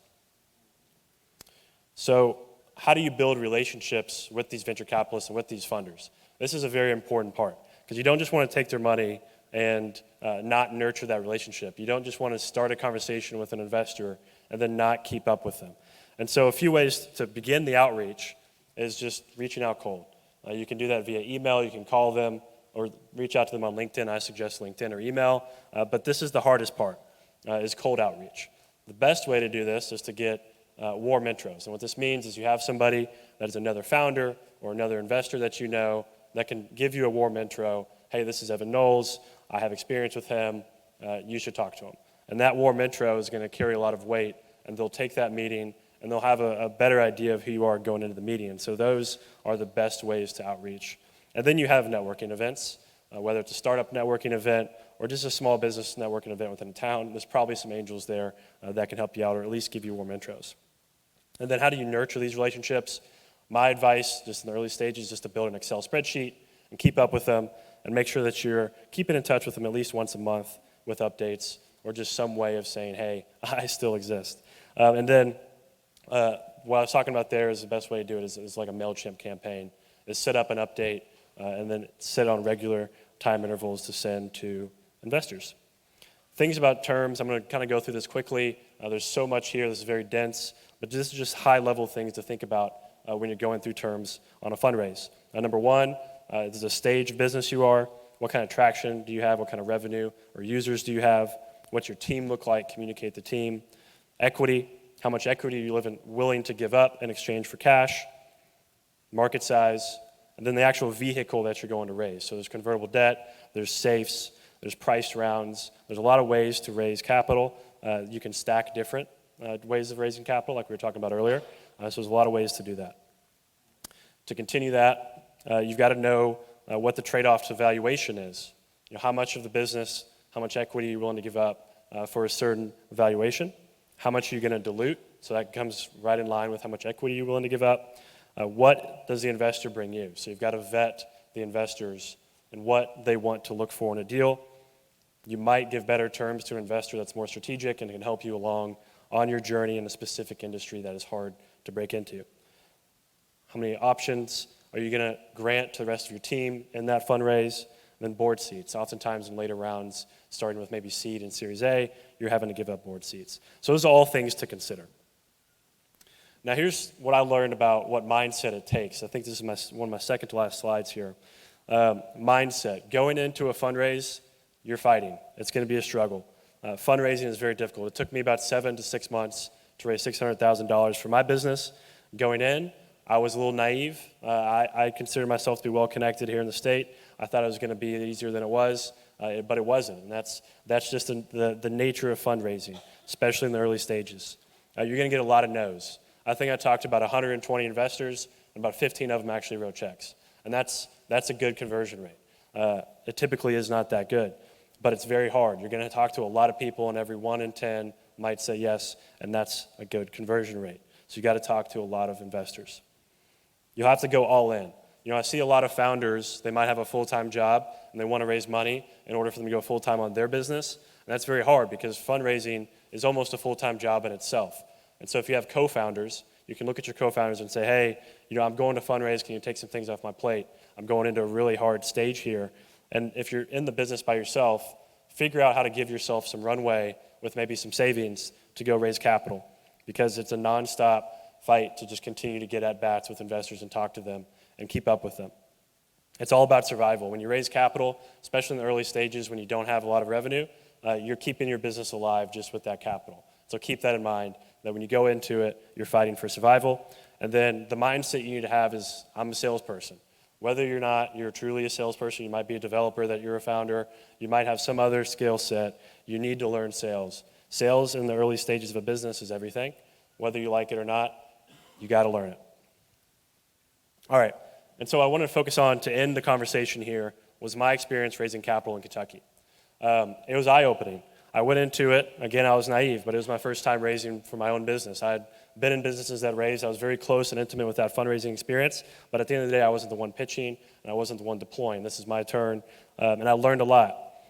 There's something about Kentucky, and it's that it's less sophisticated. The capital regions of the nation are on the coast, where the technology and finance sophistication is. And so it's very difficult to raise here because there's a lot less capital here. You know, Kelby earlier was talking about there's less founders, but there's also less capital. And those two things play hand in hand. We're just a little behind some of the coast, and we need to acknowledge that and figure out ways we can be stronger in other ways. One thing about angels in the state is they're typically exited their own businesses. And when I was pitching maybe on the coast, a lot of the angels were very young, maybe in their late 20s, 30s, or 40s, because they were part of very successful companies that grew to be billions. There's not many of those in Kentucky. And so what you find is a lot of the angels in Kentucky are typically older, and there's nothing wrong with that. But what comes with that is they might not be as sophisticated on the technology side of things. And so you need to understand how to communicate your product in a way that can attract them. And on the coast, you might be able to communicate a little bit differently to somebody that's very technical, depending on what your technology is. I recommend leveraging regional hubs like SOAR here in Eastern Kentucky, Awesome Inc., in Louisville. You've got several. And so I recommend reaching out to these people because they can connect you with a lot of investors, grants, and things of that nature here in the state of Kentucky that help a lot. I know I did that. That's how I kickstarted our fundraising process, with grants, Render Capital, Kelby with Key Horse Capital. And so I really suggest talking to them. They're a huge help. One thing that I learned was the vehicles that investors here in Kentucky like to use. They like convertible debt. But if you go to the coast and you go to other regions around the United States, there is not really a discussion around convertible debt. It's typically around safes. And so a safe is a simple agreement for future equity, and it's a little bit more founder-friendly. It's a little bit looser, but what it does is allows you to move quickly. You don't need to involve attorneys. But that was one thing that I learned, and the state is beginning to transition more towards that as they begin to learn that founders prefer that, and it just allows them to move quickly. And then finally, there's less full-time founders and VCs in Kentucky. I talked about this earlier, but this is just something to understand that when you talk to investors here in Kentucky that might not be full-time, don't have the same expectation that you might have for a full-time VC or a full-time investor. And that can be frustrating. I know I went through that frustration, and it shouldn't be that case, but that's just the way the state is right now. And so you need to realize that and be patient. I think that was one thing I learned was, in some cases I wasn't patient, and I think it's okay to be critical of that here in the state, is that some investors are not putting their all into that, but, that's just part of the state. And then lastly, along with all those things, when you combine all that together, are valuations. Kentucky, what I noticed was behind in valuations, for better or for worse. Turning out now as the market changes and goes down a little bit, it's a good thing that Kentucky's a little bit more conservative. But when the market's hot, Kentucky was typically behind, I noticed, from VCs on the coast. VCs on the coast were willing to give higher valuations than Kentucky investors, and that just comes along with the conservative nature of our state. And, I think when you go into a fundraise, you got to start with who you know, and then you expand from there. And as a founder, I really encourage you to start with the hubs, people like Kelby, and then move from there and try to get to the coast. The money is on the coast. There's money here without a question, but the money in later rounds, if you continue to be successful, is going to be on the coast when you start to get to your seed, Series A and B. And so you got to start to develop those relationships early and maybe even take their money in early rounds. I did that, and hopefully that pays off to diversify some where that money in our business is coming from. But that is what I wanted to talk about today, was kind of the basics of fundraising and my experience raising here in Kentucky. Thanks.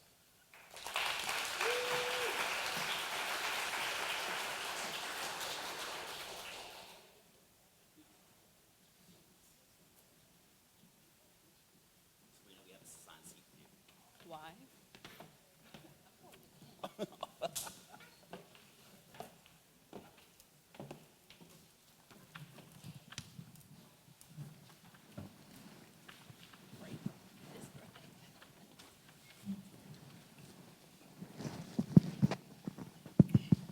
Kelby, is this what I do? Tap it. All right. Good afternoon, everyone. Listen, thank you so much for hanging in there with us. We're so glad that you're here toward the end of day 2. I want to say this has been an absolutely amazing, inspiring summit that we've all been able to participate in. And I know if you're like me, whether you're an extrovert, whether you're an introvert, the opportunity to connect with people, the energy that we've been able to derive between yesterday, last night, especially in the pitch competition, and then with all of the sessions today has been really inspiring, thought-provoking, and I know we'll take a lot back to our homes. So with that, let me introduce myself. I'm Lisa Bajornes, and I'm with KSTC. We're the Kentucky Science and Technology Corporation. We're headquartered in Lexington. We've got our team across the state of Kentucky. And for the most part, we are a nonprofit private organization, and we lead, direct, and manage quite a number of statewide programs, all focused on advancing entrepreneurs, largely that are science and tech-based. But today, with my panelists, what we want to talk about is to be sure that everyone is very familiar not only with our innovation hub system, but the fact that our innovation hubs and the leaders therein are really an integrated team across the state. And we're here as a full statewide team to be able to support entrepreneurs and founders in their startup journeys. So we want to talk a little bit about those various different resources we have available. And with that, I'll start with this. So one thing I want to be sure that everybody is aware of. Oftentimes within our innovation hubs, particularly SOAR, which you're most familiar with, we know that entrepreneurs can oftentimes find themselves working alone, working by themselves. They're not aware of what resources, what assistance, what support might be available to them. And it breaks my heart when I hear this from a founder who suddenly comes upon a resource and says, oh my gosh, I had no idea, right?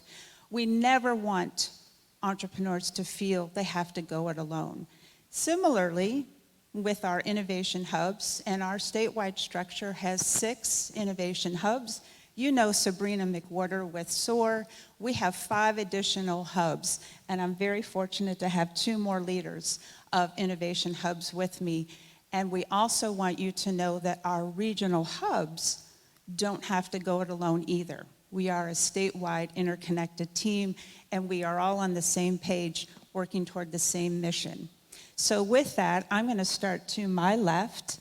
And Larry, if you want to introduce yourself and your innovation hub and give a quick elevator pitch about your hub region. Why, thank you. An elevator pitch. I'm gonna feel that pressure. First, hi everybody. Happy afternoon. We're almost ready to roll. My name is Larry Horn. I'm the Executive Director of Amplify Louisville. We're the state-funded entrepreneurial support organization located in Louisville. We focus on tech-enabled, scalable startups, anywhere from ideation to kind of a growth stage round. We're agnostic to industry.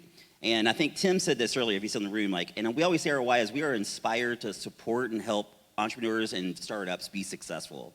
We do that in a variety of different ways through programmings and coaching, resource connecting. I always say, my one superpower is I'm an air traffic controller, getting people to the right places without crashing into each other. And then we also do a lot of community building. And I think that's a thing that we focus a lot on across not only Louisville, but then with our hub partners across the state. Good segue. Thank you. My name is Justin Hall, and I'm with Awesome Inc. We're in the center part of the state, representing Central Kentucky.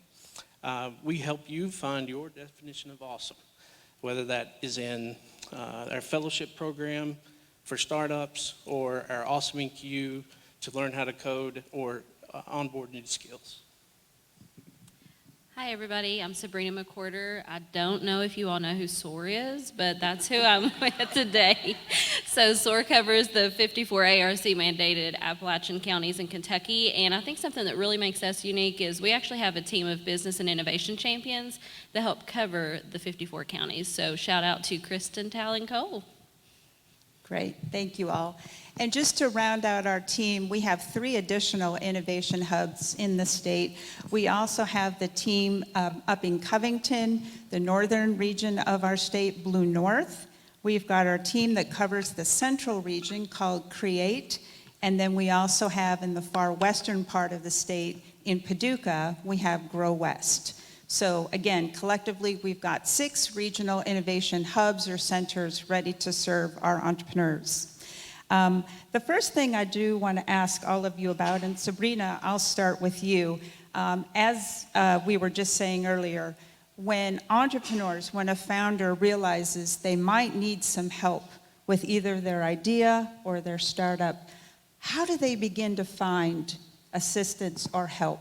What does that look like for you? Tell us a little bit about your intake and your outreach efforts. Sure. I think probably one of my favorite things that we do here at SOAR is we create content. And it's not just your everyday content, it's really good content. So we have the Complete Guide to Entrepreneurship, we have Grants 101. So things that people are asking a lot of questions about, we try to create content that they can download and have easy access to.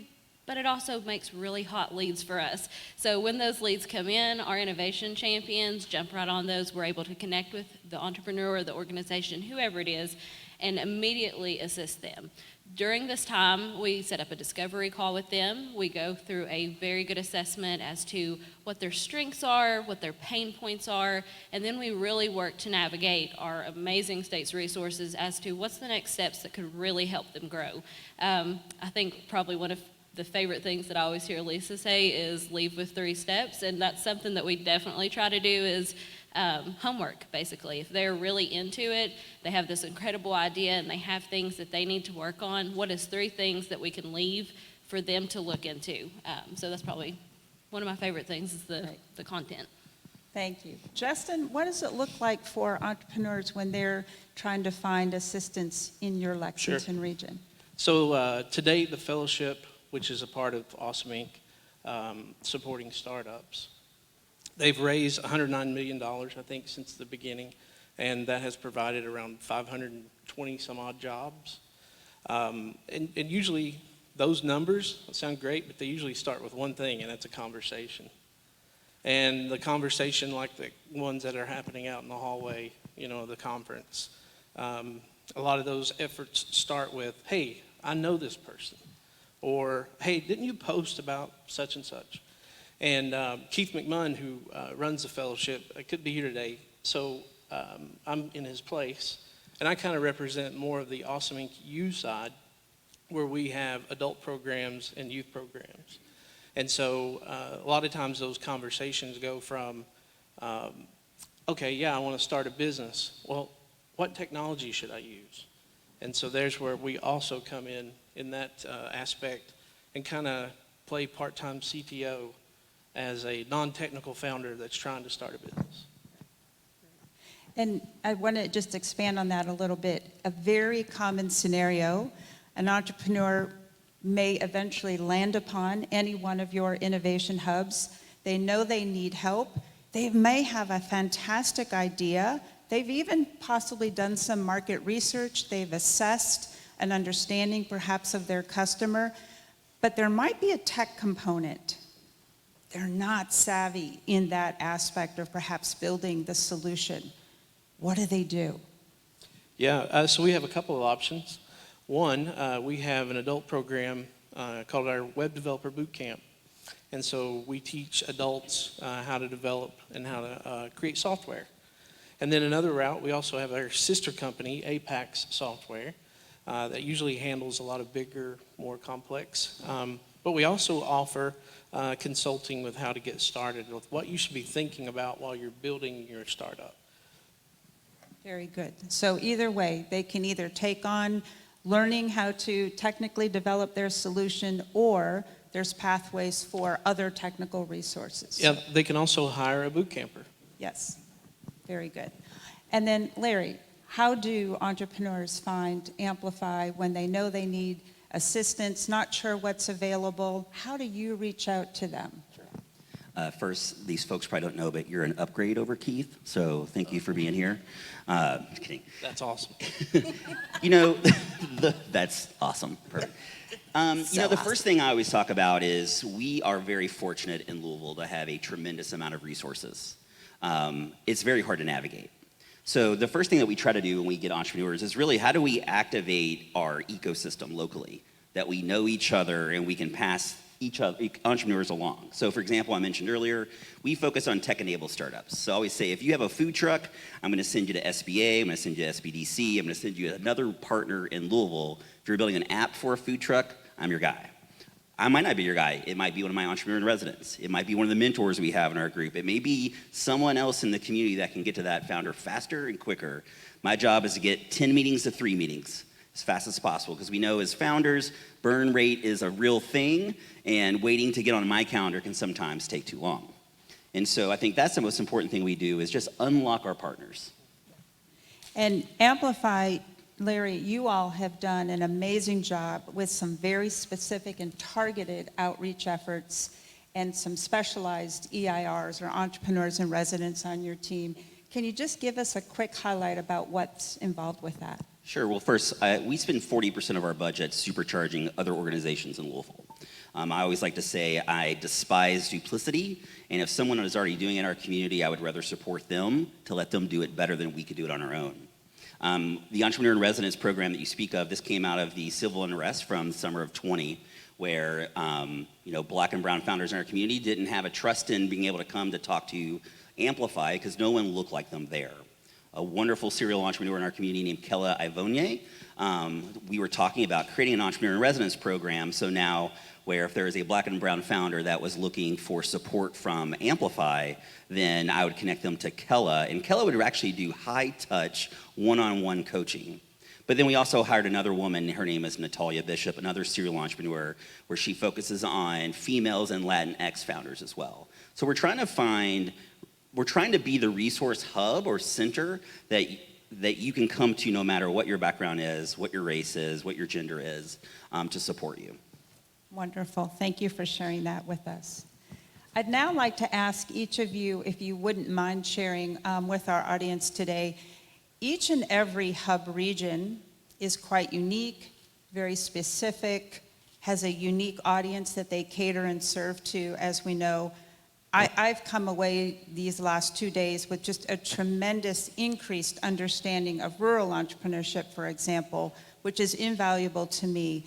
But I'd like to ask each of you, if you wouldn't mind, discussing some of your unique assets, either in your region or specific programs that you each uniquely offer specific to your regions. Just give us a sampling. Sabrina? Sure, and really to feed off of what Larry was saying, we also don't like to duplicate anything, and so we have this vast network of partners like the SBDC, like Kentucky PTAC, Mountain Association, SCED, that really offer a lot of amazing programs. And so what we really want to focus on is filling those gaps that the entrepreneurs need. So we've implemented our direct services. They're built around those common gaps where the entrepreneurs just kind of stop. Some of those things are like a one-page website or e-commerce. It's where we can actually work with that client. They earn a little bit of sweat equity through the process. They're learning how to create a website, but also run the website themselves, so they put in the information. And then when they're ready for their custom-built website, after they understand, hey, building a website's not as easy as you think it is, they are really prepared to go into the private sector and pay money, good money, because they understand that, my mic just got a lot louder. Sorry, didn't mean to yell at you. So they understand that the money is worth the investment, but also they have this confidence that they've gained through this process. So the direct services themselves, the one-page website, the business plan, again, just basic things that we find our entrepreneurs are just kind of stopping at. And so we work to fill those gaps, and then when we have that referral, they're a more equitable referral. The SBDC can take them and then launch them, learn their projections, and get them bank ready. So that's probably the biggest thing, is filling the gaps from our amazing resource network. Great, thank you. Justin, what are some unique programs that Awesome offers? Yeah, one thing is that we offer is 5 Across. 5 Across, similar to the pitch competition that took place last night. And there's a community involvement with it. There are alums, there are people that were in the fellowship, that came from the fellowship, that are learning, people that are learning to code. So it kind of puts a little bit of that ecosystem together where some of these synergies can exist and some of those conversations can start. We also offer within Awesome Inc. U, the Web Developer Bootcamp, and we're working on 2 other programs that we're going to be releasing. One in the fall, which is a no-code, low-code solution. That way you can kind of de-risk your startup. And then another one is going to be the remote bootcamp that will be available for all of the residents in Kentucky. So we have ways where those conversations hopefully start and lead to something, and then either lead into a business or as an asset or a resource for a company within our fellowship. Great, and I love that you mentioned the fact that many of these are both in person as well as virtual. Yes. So wherever you are located, you can take advantage of any of these resources from the innovation hubs. And with that, Larry, some of the more unique programs in the Louisville region. Sure, thank you. Again, I think we talked about our Entrepreneur Residence Program, but we also, again, as I mentioned, navigating our ecosystem has been historically challenging, and so we've built things to make that easier. And so just starting with something very simple, which is a resource track that breaks down all the resources in our community by what stage of company that you're in. I know that sounds trivial, but it makes a huge difference going from 10 to getting those meetings from 10 to 3. We also created a job board specifically for tech-enabled startups. We actually do it for the entire state of Kentucky.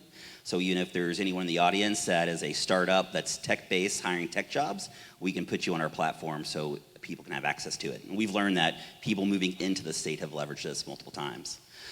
So those are some ideas of that. And as I mentioned, we sponsor we use so much of our programming budget for other things like vote awards, like render capital competition, like the Reconstruct Challenge, things like that happen in our community. Again, I think that's the way we develop that. Cool, thank you. Sabrina, is there an example of a startup that you have worked with where you've not only put together and helped to navigate with them maybe a pathway forward that included not only some of SOAR's specific resources to assist, but then also you made those connections to another region's specific resource or assistance? Sure, I'm not sure if he's in the crowd still, but we had an amazing referral from Monica out west there, and Kevin Poole, I'm not sure if he's here. Anyways, he was one of our finalists last night in our Startup Appalachia pitch competition. So he's a perfect example. She referred him to us. We have Tao, shout out to Tao. He's really worked with Kevin to get him not only pitch ready, but during a check-in with Awesome Inc., we've got him into the next 5 Across. So that pathway is just continuing for him to go. But then we also referred over to KSTC. So if you want to talk a little bit more about that, that would be awesome. Wonderful, yes. Awesome. Awesome. It'd be awesome. We amplify the awesomeness. Do we get like While we a soar. prize for every time we say awesome? There's a little jar that gets a little deposit whenever That's you... right. $1 for every awesome. I had a great opportunity to get to talk with Kevin further and introduce him to additionally some of those programs I mentioned previously but, that KSTC does provide. And we're looking forward to exploring more of his technology and making those connections. With that, I want to ask each of you as well. Well, actually, Larry, I'll jump over to you. Is there an example where you have not only served a client with some of the services from your region, but then also a great connection or connections to others around the state? Yeah, I mean, fortunately, lots of examples. The one I can think of off the top of my head is a young entrepreneur named Michael Brizendine. And he came to me in 21 with the idea of building a social media app for $7,500 on Kickstarter. And I remember saying to him, like, none of that's going to work. And so we got him connected with Kella, and Kella started working with him. He got into the Vote Awards. I think he got investment through Keyhorse. I think he was part of a 5 Across. I think that, and watch him now, his app he's raised over $100,000 in non-dilutive and dilutive equity, as well as his app is on both Apple and Android. And so he is it's been a really nice success story with connections throughout the state. I think a lot of things that we also do is on the hub leader side.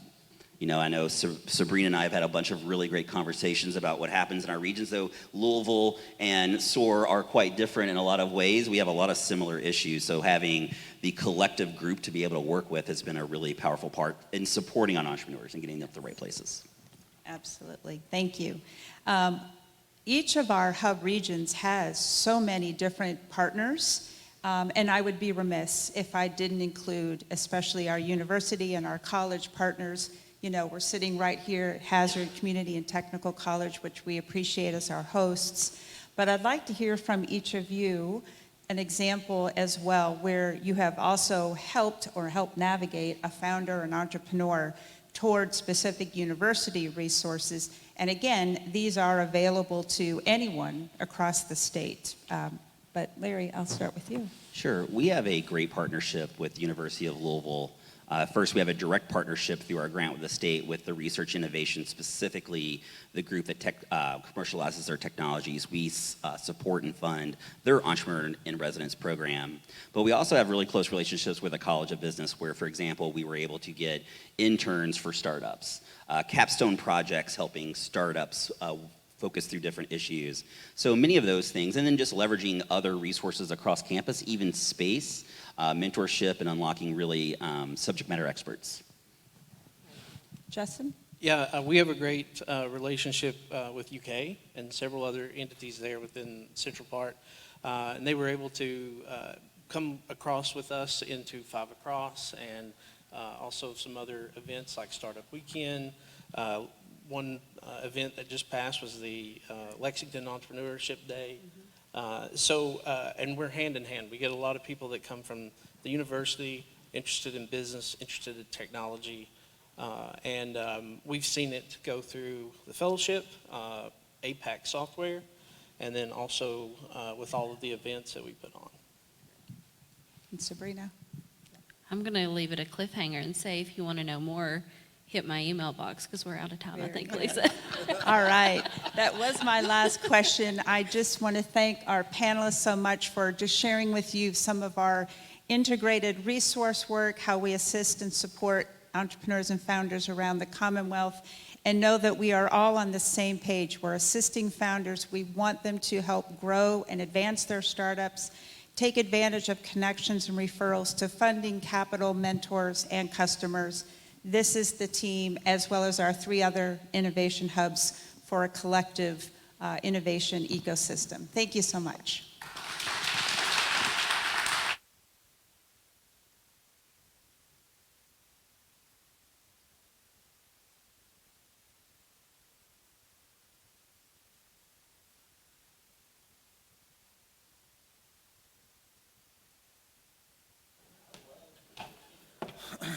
All right, 4:20 on a Friday.